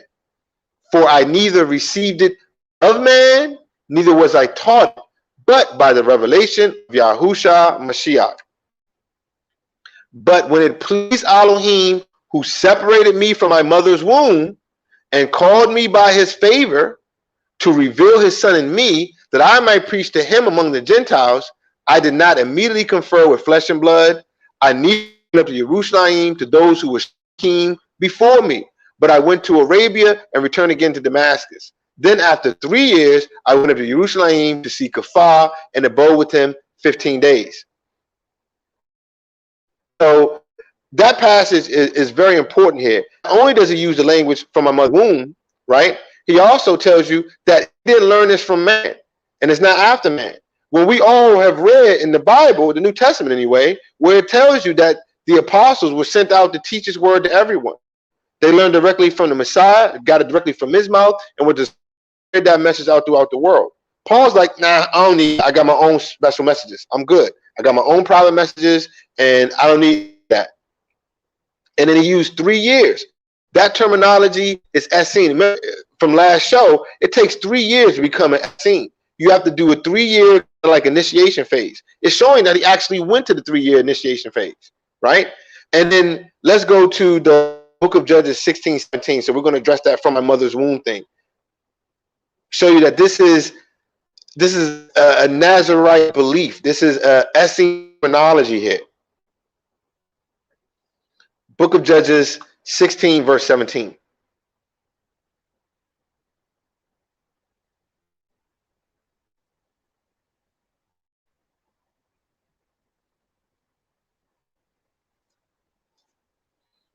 And it reads that he told her all his heart and said to her, there is not come a razor upon my head, for I have been a Nazarene to Elohim from my mother's womb. If I be shaven, then my strength will go from me, and I shall become weak and be like any other man. So to those who are not familiar, but the vow of a Nazarite you take is you shave your head. That's what the whole thing with Yaakov or James and Paul was, where he told them, go take this vow. Now, he's not telling them to take an oath, you shave your head. So it's basically like a cleansing ritual, right? You get immersed, you shave your head, and then you start growing your hair out to walk on the path of a Nazarite. He's trying to reaffirm him in that walk. And this here you have Simpson or Samson, he was a Nazarite. And that terminology, like I said, to Elohim from a mother's womb, is their custom. So Paul didn't go to any of the Talmudim except the master's brothers. Go to Galatians 1:19 for me, Ak. I want them to see that Paul himself knew that Yaakov was the master's brother. So it shows how little respect you have for his brother. And you knew the position he was. You went in a position of subservience to him. However, by the time you got to the 50s, where Galatians is being written, he's like, he ain't nobody. I mean, okay, so what? He ain't nobody to me. 119 reads, but of the other Talmudim or taught ones, I saw no one except Yaakov, the master's brother. So again, he identifies the Messiah's brother as being Yaakov or James. But like I said, by the time the incident in Galatians happened, he saw all these people as hypocrites, including Barnabas, who was actually Matthew, who actually brought him into the whole group in the first place. So let's go to Galatians 2:1. And we're going to prove very shortly that Barnabas was actually Matthew.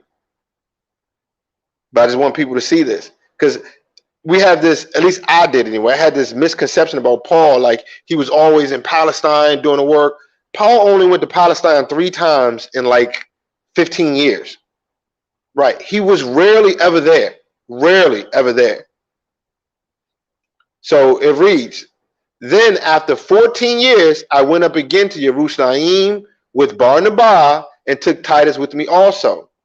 So if you got the Acts of the Nazarenes, open up book 1, chapter 60 for me, please. I want to use a second witness to me stating that Barnabas is actually the one who we call Mattathiyahu or Matthew today. His original name was Barnabas, meaning son of the prophecy.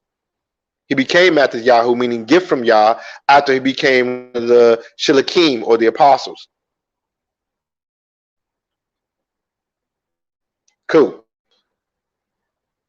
After him, okay, let him get there a little bit.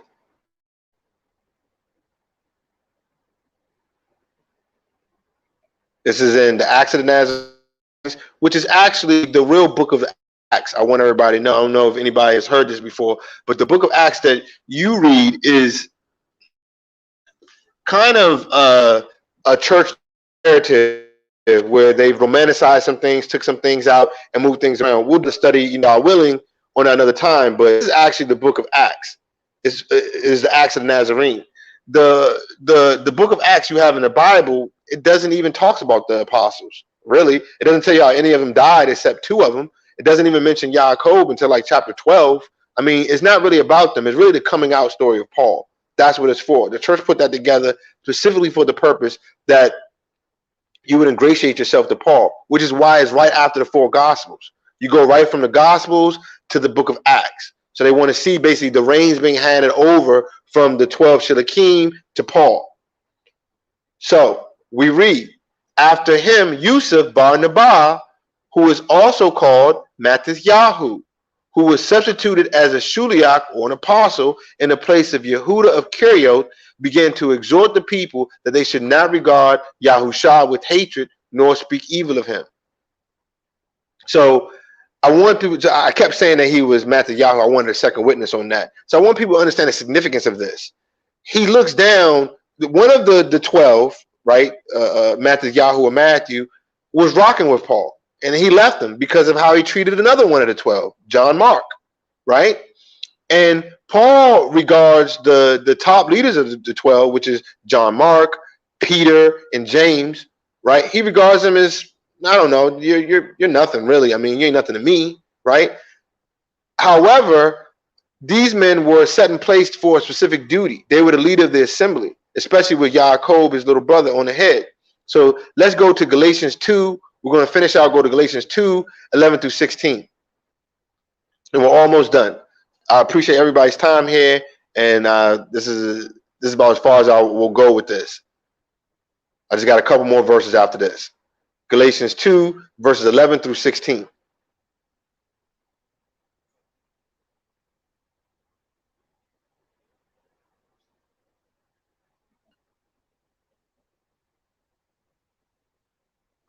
And it reads, but when Kafar, this is Paul speaking again, when Kafar had come to Antioch, remember I told you, remember Antioch, this that assembly that we were reading in 13:1 of Acts, I withstood him to the face because he was to be blamed. Because before that, certain men came from Yaakov, meaning James the Just, he did eat with the Gentiles. But when they had come, he withdrew and separated himself, fearing those that were of the circumcision. And that's a strong accusation. You know, you don't see anything in his letter what Kafar said or in the rebuttal, but he basically just calls it like a coward and a hypocrite, right? And the other Yehudi dissembled likewise with them, insomuch that Barnabas also was carried away with their hypocrisy. So he just called Barnabas, who is Matthew, Kafar, who is Peter, right? And even Yaakov, and those who came from Yaakov, he calls them all hypocrites, right? But when I saw that they walk not uprightly according to the truth of the gospel, again, whose gospel? He tells you whose gospel, his own gospel. If anybody goes outside of that, let him be cursed. I said to Kafar before them all, if you, being a Yehudi, live after the manner of Gentiles and not as do the Yehudi, why do you compel the Gentiles to live as do the Yehudi? So he's telling Kafar, or you living like a Gentile and you don't live like a Yehudi. Why are you compelling the Gentiles to live like a Yehudi? Verse 15 reads, we who are Yehudi by nature and not sinners of the Gentiles, knowing that a man is not justified by works of the law, but by faith of Yahushua Messiah. Even we have believed in Yahushua Messiah that we might be justified by faith of Messiah and not by the works of the law. For by the works of the law shall no flesh be justified. So he tells you straight up, he who works the law, you're not justified by faith. That's not at all. The law, which they're all keeping, he's telling them, that doesn't justify you at all, right? No. Paul didn't think anyone was justified by the law and by faith alone, right? Also, Yaakov Sadiq or James Dust, he seemed to disagree with this as well. Let's go to James 2:18.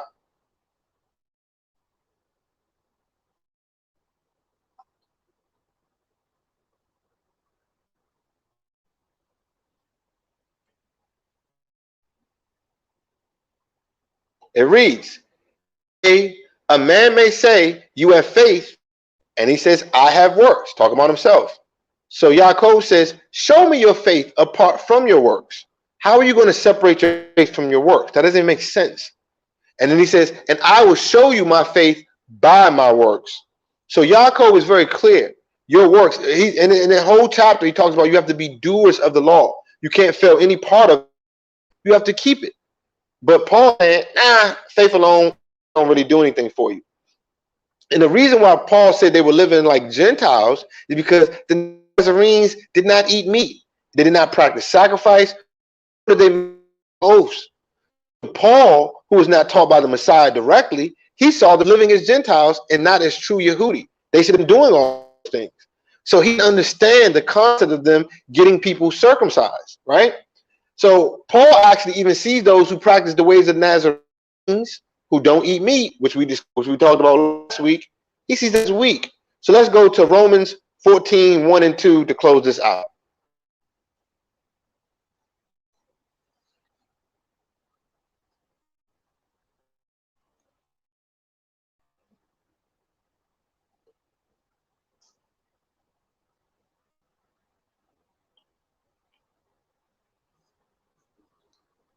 Everybody's time and bearing with me, and I pray again, like I said, I didn't offend anybody here, but I'll leave you with this.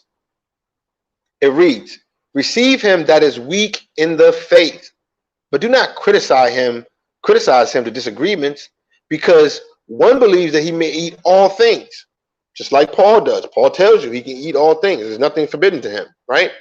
Another who is weak eats only vegetables. So again, Paul is taking a direct shot at the Nazarenes or Essenes. I believe it's in Timothy 4. Paul even tells you that all animals are created to be eaten with thanksgiving. And yet when you read Bereshit or Genesis 1:29, you see clearly that animals are actually created to eat plants. Nothing was to be eaten. No humans or no animals are to be eaten. Plants were made for food, not animals. So again, I appreciate all your time. I thank you, Yaakov. I thank you, Qanath, Elder. I appreciate, F.O.P.E, y'all giving me this chance to make this case. Again, this is with love, everyone. This is not something I'm expecting everybody to take immediately. I sure didn't. Just look over some of this information and see what you think about it.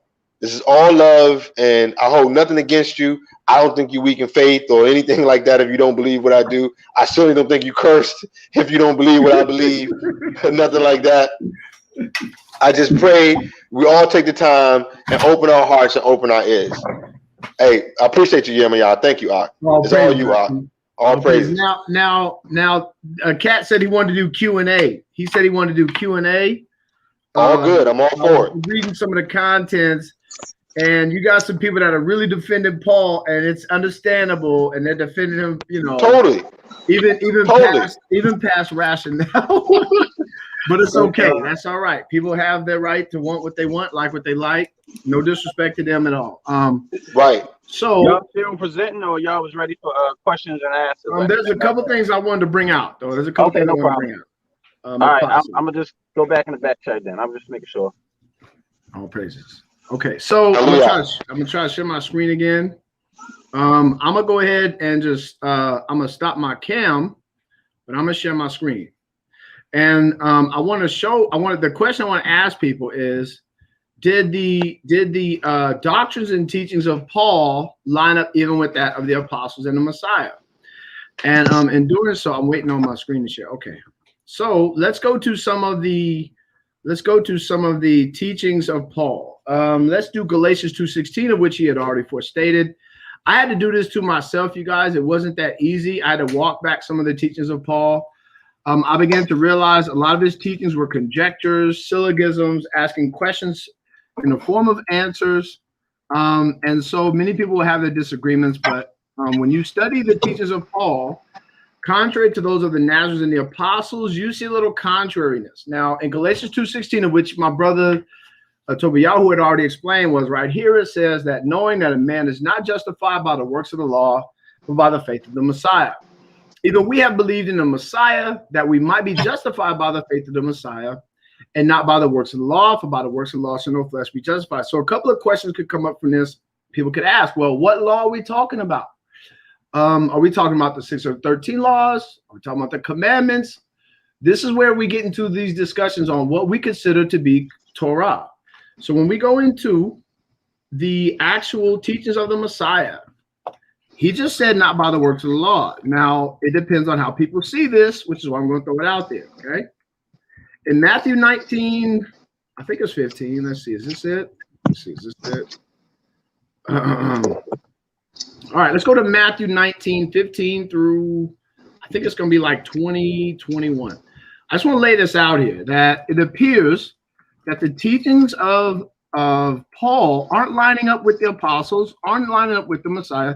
There's certain things that kind of somewhat slide it a little bit if we really pay attention to the detail of his content, okay?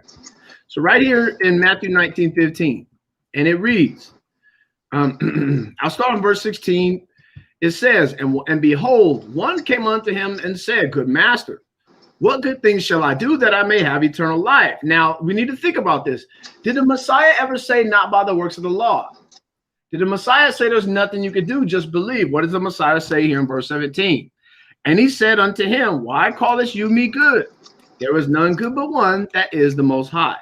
But if you will enter into life, that's a very distinct statement, keep the commandments. And so this will chide with people. Well, which commandments? So the guy asked, he's aware of this, so he asked the Messiah, which one, right? He said unto him, now here's a key statement right here. He said unto him, which keynotes that he understands what the Messiah just said, but narrow it down. Which ones? The Messiah said, you shall do no murder. And oh, snap. Okay, now, murder is part of the 10 commandments. You should not commit adultery. You should not steal. You should not bear false witness. Those are all commandments, right? All right, then he says right here, honor thy father and thy mother, and you shall love thy neighbor as thyself. The young man said unto him, all these things have I kept from my youth up, what I lack. So we see the Messiah gave him a clear answer on if he wants to have life. The Messiah did not say, not by the works of the law. Just believe. He actually told him, no, you actually got something you have to do. And so when we start to study some of the teachings of Paul, we have to really understand, did he even meet with the Messiah? Because this is what we're talking about. If you claim to be a Sholiach, why don't your doctrines and teachings line up with that of the Messiah and even of the apostles? Let's go to Galatians 3:2. I'm not going to be long. Just kind of throw it out. I'm just going to throw some stuff out here to see how people see this, okay? Right here. Now, here's a key one right here in Galatians 3:2. This only I would learn of you. Received you the Spirit by the works of the law or by the hearing of faith? So this is Galatians 3:2. So he says not by the works of the law, but only just by faith. But now when we go into the book of John, let's go to the book of John 14:15. You have to carefully, methodically take away your biases, take away our own Greco-Roman Hellenization, wipe it all out and say, okay, what is really going on here? And this is not easy for a lot of us, okay? So we start looking at some of the teachings of Paul versus that of the Messiah. So Paul just said, did you receive the Spirit by this, right? So now let's go to John 14:15. What does he say right here? If you love me, keep my commandments. And what does he say in verse 16? And I will pray the Father, and he shall give you another comforter, that he may abide with you forever. Even the Spirit of truth, whom the world cannot receive, because it sees him not, neither knows him. But you know him, for he dwells with you and shall be in you. I will not leave you comfortless. I will come to you. Now, he did not say, just believe and you get it.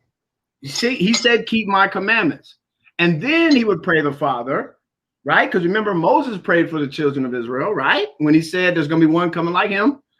I will pray the Father, he shall give you another comforter. But when we go back to Galatians 3:2, it depends on how people look at that. Are they talking about the 3? Are they talking about the 613? Okay, let's go back to Galatians 3:2. How do we receive the Spirit? The Messiah told us by keeping the commandments, according to John 14:15. So there's a little contrariness right there. If he claims to be a Sholiach, which one is considered authoritative? Okay, so right here, this only what I learned of you received you the Spirit by the works of the law, by the hearing of faith. The Messiah said, when we just read John 14, if you love me, keep my commandments, and I will pray the Father, and he will give you the Ruach. So Paul, which one is it? So we have to go through these methodically and understand which one is considered Torah, who is authoritative, and whose we kind of have to question the authenticity. Okay, so that's there. Let's go to Romans 14. I'm not going to be long, just kind of generally going through some of the what we consider to be Torah. Okay, let's go to Romans. As you had stated before, you were very methodical going over this. Okay, another one people will try to deflect here as well. Romans 14:2. We know where this is going to go. It says right here, for one believes that he may eat all things. Another, who is weak, eats herbs. Now, this chides directly with the Essenes and the Nazarenes and the Nazarites. This is 1,000+ year custom in teaching that goes way back to the ancient ancestors. Why do I say that? Let's go to Genesis 1:29. Paul is making a declaration saying right here that if you eat herbs, you're weak. But remember, what do we talk about Torah? Genesis 1, verses 29 through 31. What was the original? This is what Nazarites, Essenes, Ebionites referred to as the original dietary law. So Paul is already stepping on the toes of Nazarites, Nazarenes, right? Essenes, right? Remember John and all of them, right? Okay, right here. And the Most High said, behold, I've given you every herb bearing seed. That's a key marker that's still called the Torah, right? That's Genesis, which is upon the face of all the earth, and every tree in the which is the fruit of a tree yielding seed, to you it shall be for meat. So the original meat was supposed to be what? Herbs, seed-bearing herbs and trees and things like that. And then he gives a command to the beasts of the earth, and to every beast of the earth, and to every fowl of the air, and to everything that creeps upon the earth wherein there is life, I've given every green herb for meat. So when we talk about authoritative, what is considered is Romans 14 authoritative over what the Most High gave in Genesis 1:29? And there's a whole host of conversation that goes with that, and list of deflections, spiritual disclaimers of which people choose which parts of the Torah or the so-called law which they want to adhere to. So this is where we're kind of going into, you guys. We're going into discussing some of the writings of Paul. Are they authoritative? This is all what this is attempting to establish. Why does Paul's letters and his writings not line up with the Torah? We have to come to this as an understanding. This is what we're attempting to do right there. And then let's see, I think we do Galatians. Okay, let's do Galatians. When Paul is talking about circumcision, okay, his understanding with circumcision. I ask people, did the Messiah speak against circumcision? Did the apostles speak against circumcision? Did Jacob Sadiq speak against circumcision? Okay, so right here, Galatians 6:15, you got to ask yourself, were these writings authorized by the Messiah? Were they authorized by James? So here we go. It says right here, for in the Messiah, neither circumcision avails anything, nor uncircumcision, but a new creature. Okay, so Paul is already chiding with the locals. I think it's in Genesis, okay, 17 verses 1. Okay, when you guys want to talk about, what is considered Torah? Okay, in Genesis 17, what did he do? What did he do, and what did he say? I'll go to the whole chapter. Okay, when he's talking against circumcision, people will try to say that's spiritual, folks. We got to really look at what this is. Okay, all right.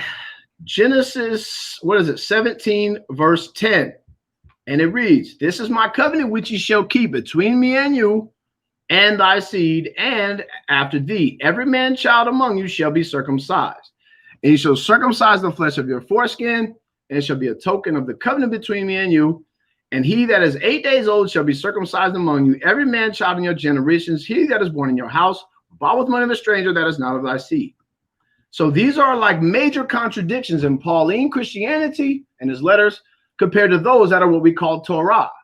And when I asked people, did Paul preach against the Torah? He just sat there and said, there's no difference, right? Verse 13, he that is born in thy house, okay? he that is born in thy house, he that is bought with thy money, must needs be circumcised, and my covenant shall be in your flesh for an everlasting covenant. So what people will do is they will still protect Paul somehow. And this is the question I ask people. Did any of the apostles or the Messiah speak against circumcision? Okay. These are my questions that I want to ask people. We got to seriously understand this. The Messiah said Moses gave you, he said circumcision was not of Moses, but of the fathers. You know, because he knew that was not necessarily Mosaic law. He knew this. Okay. Let me see. Find this. When they asked him, oh, you know what, tell us about circumcision, he said, let me see if I can find it. Okay, John 7:22. Okay, right here. Moses therefore gave unto you circumcision, not because it is of Moses, but of the fathers. And ye on the Sabbath day circumcise a man. Let's hold there. Let's go to Romans. Let's understand what we're dealing with here. Paul appears to be saying things that go against the Torah, and we have to wonder why. Romans 2, verse 25. Did any of the apostles speak against circumcision? Go to Romans 2:25. This is not to go against your personal faith. This is not to disrespect your personal understanding of Paul or your belief in the Messiah. This is to show, okay? All right?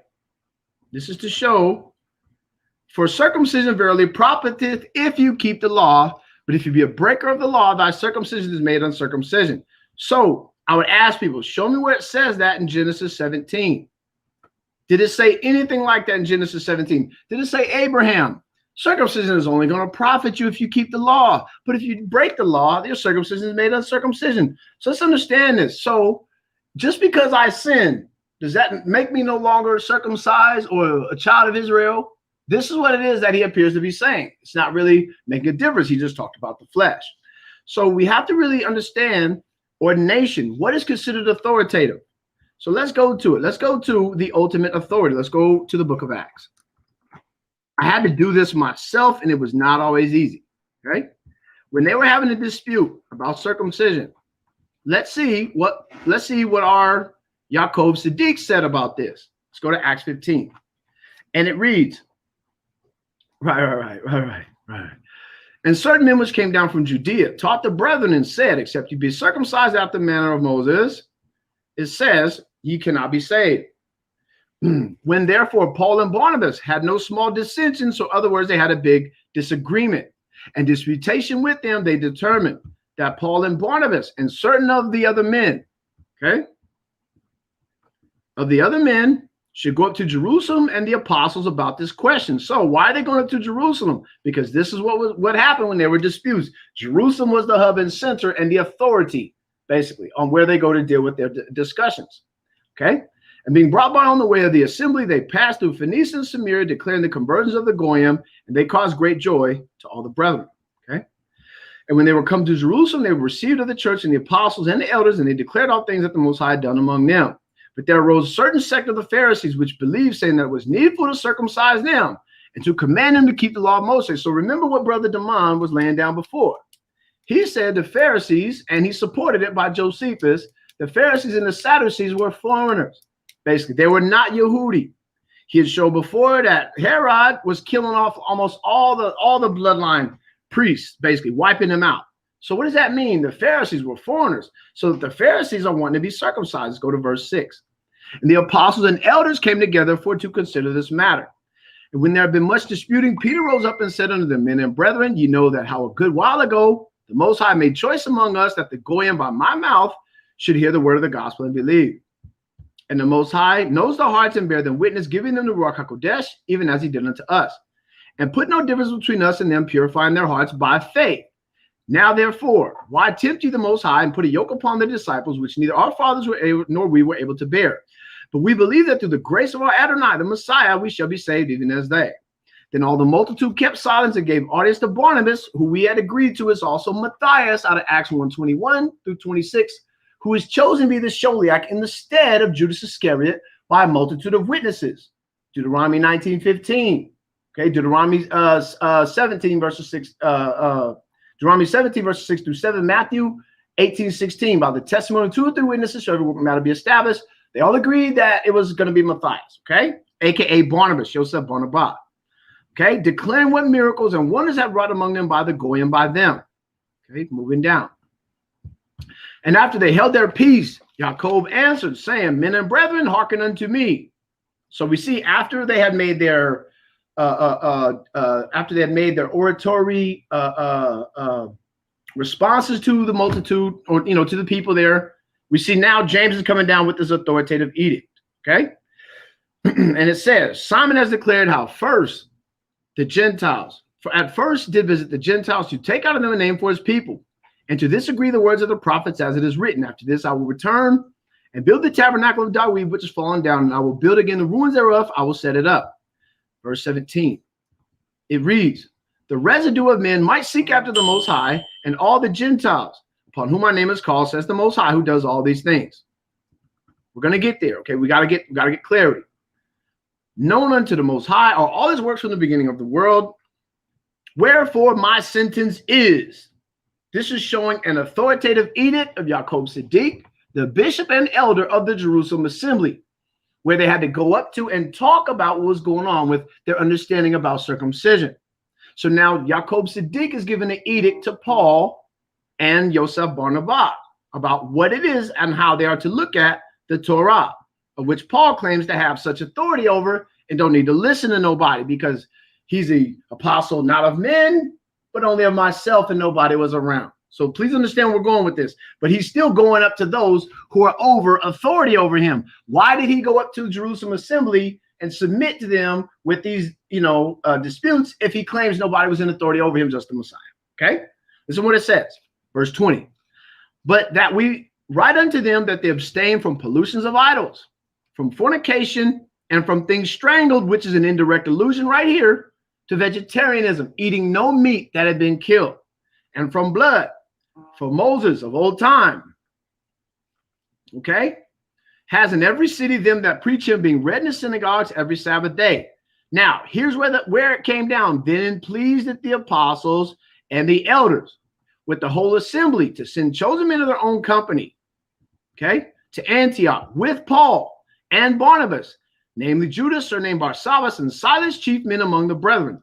And they wrote letters, and this also parallels with Nazarene Acts of the Apostles, when we are to take no other teacher unless they are given an expressive written consent from Jacob Siddiq, the Jerusalem council, as he is our elder and bishop, okay?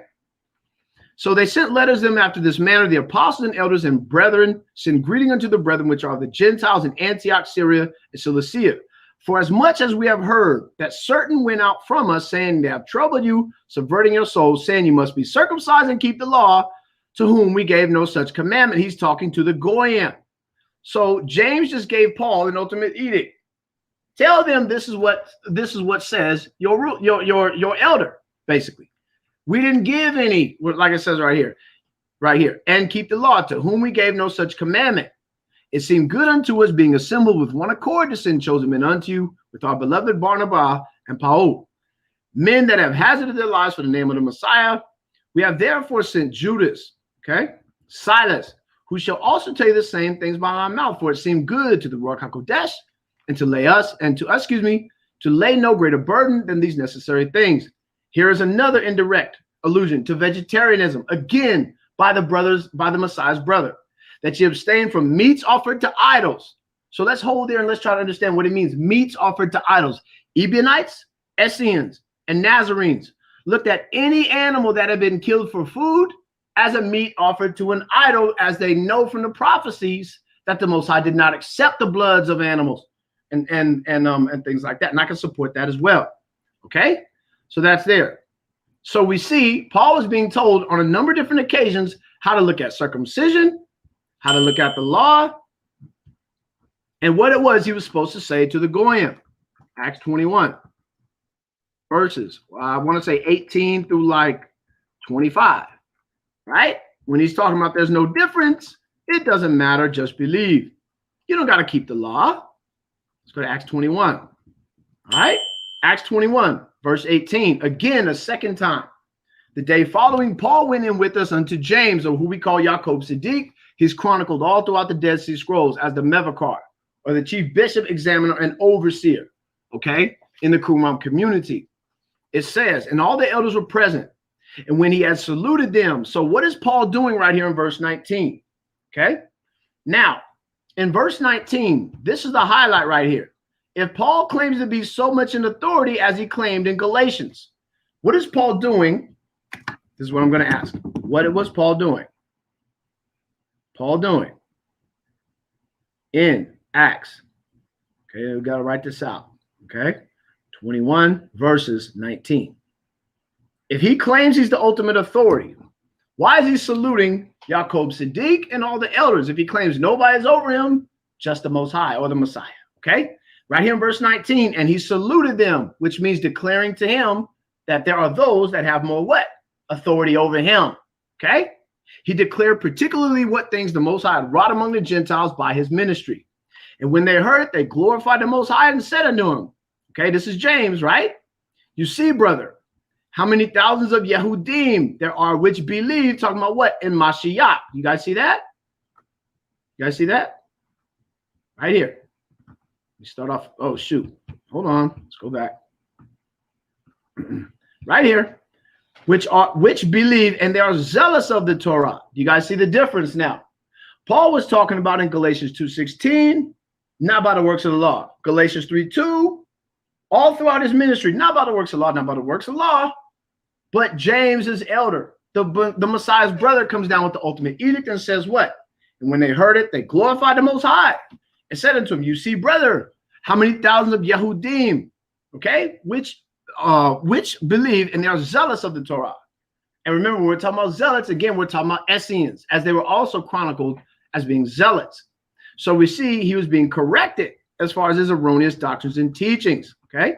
Verse 21, and they are informed of thee that you teach all the Yehudim, because people will try to say right here, they will try to say, you mean Yahoo, brother Essene Nazarite Enoch, you're getting it wrong. He's talking about Israelites living as Gentiles. Let's read it slowly. And they are informed of thee that you teach all the Yehudi which are among the Gentiles. Okay? You see that? To forsake Moses. So he knows that Israelites are living among the Gentiles, not living as Gentiles. Do you see that? Saying they ought not to circumcise their children, neither to walk after their customs. What is it therefore? The multitudes must come together, for they will hear that you are come. Do this, that we say to thee. We have 4 men which have a vow on them. That's verse 23. Okay? So Paul is being told to go do a Nazarite vow. But wait a minute, Paul. Paul was claiming not by the works of the law. We have to be very methodical. Take them and purify with them and be at charges with them that they may shave their heads. This is a Nazarite vow. This goes back into Numbers 6. Okay? So what is Yaakov Siddiq saying right here? Okay, Paul, if this isn't true about what we hear about you, if this is just a rumor, go do your Nazarite vow, right? And be at charges with them that they may shave their heads, and all may know that those things whereof they are informed concerning thee are nothing but you thyself walk orderly. And what does that say? Keep the Torah, because Paul was saying not by the works of the law. So Paul, let's correct you on circumcision. Let's correct you as far as the Torah. Let's correct you as far as Nazaritism and meat eating. This is what happened. Paul was being reformed. So what does that mean about all of his letters? They were not under the authority of the Jerusalem Council, nor the apostles, nor the Messiah. Verse 25. As touching the Goyim, which believed in the Messiah, we have written and concluded they observe no such thing. Once again, we're talking about circumcision. Save they only keep themselves from things offered to idols, and from blood, and from strangled, again in direct allusion to vegetarianism, eating nothing that had bled or died for food, and from fornication. And Paul took them in, and the next day, purifying himself with them, entered into the temple, signifying the accomplishment of the days of purification. Now, here is the kicker right here. See if I can highlight it. And when the 7 days were almost ended, this is key narrative right here. It says the 7 days were almost ended. So they're like, Paul, if you didn't really do this, well, go fulfill your vow. Well, guess what? He didn't finish it. It was almost ended. So what is that saying about the rumors that he's preaching against circumcision, against the law, against the Nazarites and the Essenes, as far as the natives during that time. It was true. And then you see later on, we go into this whole thing about protective custody. The crowd gets ready to throw him out. They want to kill him. Paul is claiming to have these visions. Deuteronomy 13 says we're not supposed to listen to anybody that claims to have dreams, but he's going all against the law and against the natives. There's a lot to this, fam. But let me see. Because they were talking about 2 Peter. Let's go to Eusebius. Let's go to Eusebius, Ecclesiastical History. Peace and blessings. Let's go to it. I want to show references of what they considered accepted books. Let me see. Is this? Let me make sure I'm on the right one. Okay. It says book 3. I don't want to go to book 3. I don't want to go to book 3. I want to show you guys. No, not there. I don't know if it's in. I don't know if this is it all the way though. But I want to show people. Okay. I want to see if this is it. That they did not take the books of Paul at all. The Ebionites did not. They completely rejected all of his teachings. As like you said, apostate from the law. Let's try 327. Let's see if this is it. If not, I'll just have to go back. Try to see if I can make it back to the beginning. No, I can't. Hold on. Okay, Eusebius Church History, books 3. I don't want book 3. Let's go back. Okay, so anyway, so if I can find it, let me see. I'm just doing my best to support you guys. When I've done this study in history, fam, my mouth hit the floor. And I was very upset when realizing so much of the erroneous infusions. Paul has like 14 letters or whatever it is compared to 12 apostles and a Messiah. He basically took over the renewed covenant. And what do we find out? What do we find out, my brother Tobiyahu? He said basically Paul was basically Edomite, Herodian, relative, a part of the establishment as a Pharisee, had a lot of pull and weight as to why his letters survived. And many people have a hard time accepting that as well. And so let me see. I'm trying to go back to the main table of contents without. I'm trying to go back to the main table here to go to the actual index. No, it's not letting me do it. So anyway, so that's all I got, you guys. I'm not going to go too much more into it because I do got to get going. But this is a long, heated topic. Let me see. Let's go back to StreamYard. All right. Let me stop my screen. Okay. Open my cam. So anyway, so Brother Qanath, Brother Tobiyahu, there are discrepancies with Paulin Christianity. And unfortunately, by my studies over the years, it has really opened up my understanding more. And I thank you for that, Brother Damon, man, and other brothers and sisters as well. Like I said, this is not to go against a camp or a church or an institution of religion to just disrespect you just because, fam. This is a deep ingrained historical and biblical standpoint that we need to find out what is considered authoritative. The reason why we're dealing with Paul is because Paul claims he was authoritative. By the reading and studying, you find out he's not, and that his letters were quite contrary. And we showed how he was off as far as circumcision. He was off as far as meat eating. He was off as far as what was considered Torah. And if he claimed to meet the Messiah, and if he claimed to know what to do, why don't his letters line up? And so again, fam, this has to do with coming back to the knowledge and the law of the Most High, what the original teachings of the Most High are. And we need to come to an understanding that, we've been Hellenized, we've been spiritually tyrannicized, we've been under the Roman religion, Catholicism, Islam, or Christianity, and it has not taught us the true depth of Ebionites, Essenes, and Nazarites on how they viewed the Torah. So, fam, this is a blessing for us to come to this, be in the house of Israel. Now we're working on some of the lies, and we're coming back to the knowledge of the Most High and studying what it means to be the renewed covenant. This is a long topic, but brothers, I yield back. But that's all I got for this time. Maybe we can come back next week. But Brother Damon was getting it in. He was getting in. I want everybody to realize that this is not. I appreciate you, Ark. I definitely do, and I just want to build on what you were trying to explain. That was, as always, eloquently put. As always, to people who may be hearing this for the first time, and you may believe this is like this New Age doctrine. It's a new thing where people just they go at Paul and New Age thing. This is not something new. This has existed and has been a debate in Christianity, and Judaism and Islam for thousands of years. This is not something new. It's just that you and me, we have never heard about it. Like he said, they've kept this stuff hidden. They have buried this. And the section you were looking for was book 3, chapter 27. It was the heresy of the Ebionites.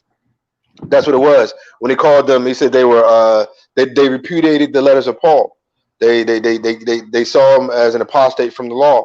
It's absolutely so. If you're looking for that, Ecclesiastical Histories, book 3, chapter 27. I was trying to find 327, but it wouldn't let me show it on the screen. So maybe I'll try, if I could find a way to pre-up it next time, I can show it. Right. But yeah, it's right there, everybody. In case I don't know if y'all can see it, it's right there. That's what it is. And a lot of this comes from, for me anyway, a lot of this came from a lack of knowledge of history. I'm not going to speak for nobody else, but I had to step my history game up. And when I got into this and trying to figure out, hallelujah, when I got in this trying to figure out what I should be doing and how I should be obedient, I kept coming back to history. I know a lot of us will argue over languages. Some of us argue over, a multitude of things. But what I found, if you want to know what's right and what's wrong or what's correct or incorrect, you almost always have to go out to find what is historically true. And like brother said, this is not to bash anything. I'm not attacking Paul. I'm just basically revealing what has been known for a while. And if we're ever invited back again, because the whole thing about the murder of Yaakov Siddiq or James the Just, Paul actually killed him. Mm-hmm. So this is not something that we're saying is like, we're just nitpicking with Paul here and there, something he said, and we don't understand.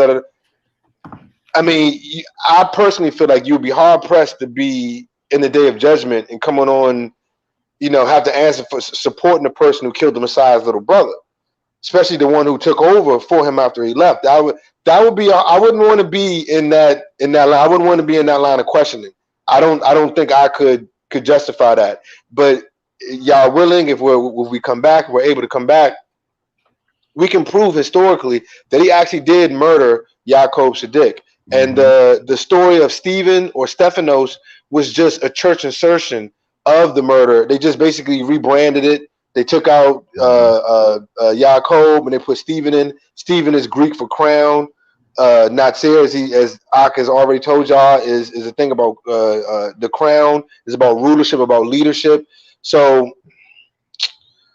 it's a lot of stuff to this. This isn't something that you're going to come to easily, that you're going to accept easy. I don't expect you to. I would think that you would just be following anything if you did. It's just take some time, hear the thing out, look over it, and I gave amazing examples, because there's no way you could say that I'm on faith, I'm no law, and I don't bow down to no authority when you're following the laws.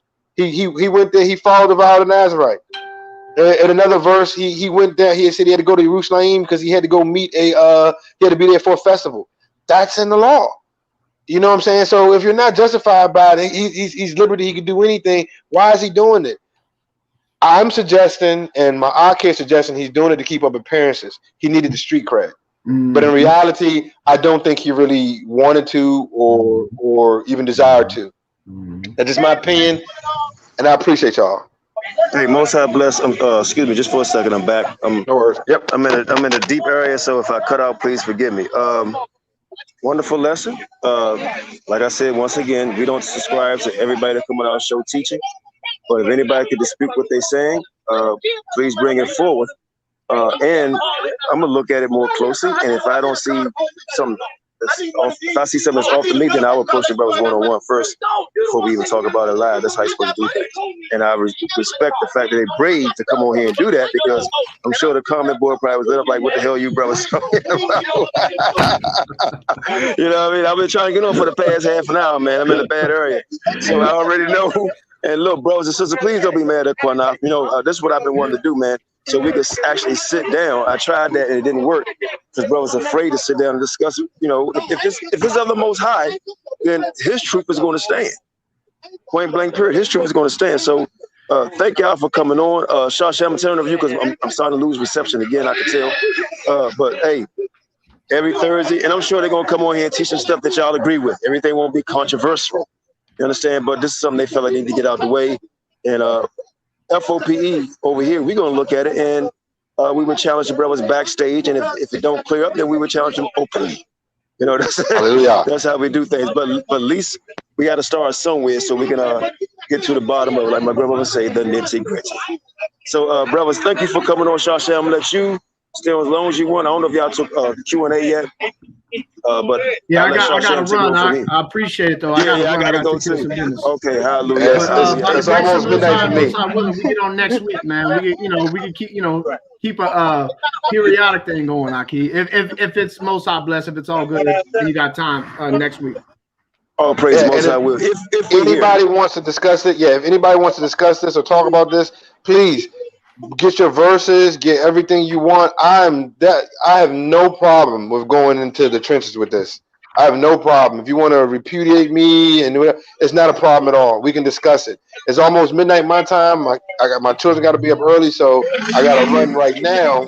Hey, thank you, brother. And I'm gonna call you. I'm gonna call you tomorrow, man. I'm sorry, Coach. I'm gonna call you tomorrow. Some things I want to discuss with you. Do over there. But look, thanks for coming on. Both of y'all, thanks for coming on. And we're gonna look at it. Yeah, no doubt. And we're going to look at it and go into it ourselves. You know, but thanks for coming on again, man. Most High bless y'all. Shasha, Most High bless you too. See y'all next time, man. Shalom. Shalom, family. Y'all take care. Appreciate you. Yep. Shalom, Israel. Most High bless y'all. We might be going live tonight again after this show on another update about a mandate for wearing masks again. So maybe we'll be going into a second lockdown. So hopefully we'll be discussing that another hour or so. Yeah, no doubt. We will go live on it. It may be super late, you know how we do things, but we will be talking about that because we have some information, man, that's like, hey, they are going to shut this thing down, man. Y'all better wake up. Oh, my goodness. All right, be blessed, Yasharal. I love y'all. I appreciate your time. All my people, my elders, my brothers, my sisters, y'all take care. I pray I'll see y'all again. God, most I bless y'all. Shalom. Where is it? Isaiah 58:1. Cry loud, spare not. Lift up thy voice like a trumpet, and show thy people their transgression. So I'm a Hebrew Israelite from the tribe of Judah. Yahawashi on our side, so don't try to move us. We got next, and this wicked king is almost over. For our people, edification, my folks, soldiers. Isaiah 58:1. Say let the trumpet blow. Hey, we them Hebrew Israelites, it's time to let them know. Say let the trumpet blow. It's time to let them know. We them Hebrew Israelites, it's time to let them know. To cry loud, spare none, show them transgressions. For my people never considered they the real Jews. History stolen with that whip, got our back bruised. Still dying in the ghettos, got us trapped in this matrix. Time to open up your eyes, it's too real. We can't fake it. The Most High is on its way back soon. The whole reason why we went into slavery, cause we broke the commandments. Deuteronomy 28 and 68. Who is this nation of people? Not the seed of Ham, but the seed of Shem. From the bloodline of Abraham, Isaac, and Jacob. Revelation 2 and 9. Don't let these fake Jews tell you a lie. In due time, they all bow down. I wanna get my crown and stand firm in this truth. Ha Mashayach Yahawashi, that's his Hebrew name. Wasn't no J's in the Hebrew letter. So I carry this truth like I carry my sweater in the winter cold. This what you ain't been told. Esau is cover blown. We let the trumpet blow and let all my ox know that you a set apart nation, ain't compared to none. And when the Most High return, these other nations done. Isaiah 14:1, we gon' possess the land, and they gon' try to cleave. And the Most High said it all is book of prophecy, a hard pill to swallow, but when that light shine, it's real bright, and the Most High is our lifeline. So Quam Yasharala, rise, O Israel. Hey, Quam Yasharala, rise, O Israel. It's time for you to wake up out your sleep. Romans 13:11, our salvation is near. Lift up thy voice in the streets so the whole world hear. Yeah, so I'm a Hebrew Israelite from the tribe of Judah. Yahawashi, he on our side, so don't try to move us. We got it next. Hey man, this wicked kingdom is almost over. For our people, edification, my folks, soldiers. Isaiah 58:1. Say, let the trumpet blow. Say, we them Hebrew Israelites, it's time to let them know. Say, let the trumpet blow. It's time to let them know. We them Hebrew Israelites, it's time to let them know. Say, let the trumpet blow. It's time to let them know. We them Hebrew Israelites, it's time to let them know. Would you denounce wicked traditions or not? Go to church on pagan Sundays, don't keep the Sabbath at all. That's why we standing on these corners, get this message to y'all. That you living in the wicked world, they knowledge flawed, full of satanic practices. The Vatican worship the Black Madonna on the low. Why we die from Planned Parenthood, this is woe. Why you think we quoting scriptures, going head up with the beast, spreading righteousness ooze, leaving our enemies duped. This institution is through. We got the spirit of a lion and the power of Yeshaya. There's no way we could expire. I'm on fire. The Messiah is the root of the fire that be all up in my bones. And the prophet ain't respected at his home, but the truth won't stop. Don't try to make us to be wrong. And the scriptures bear witness to the things that we speak. Blow them trumpets, blow them trumpets. We them Israelites, man, and we 12 tribes deep. Hear the message that we speak. Blow them trumpets, blow them trumpets. We them Israelites, man, and we 12 tribes deep. Hear the message that we speak. Well, I'm a Hebrew Israelite from the tribe of Judah. Yahweh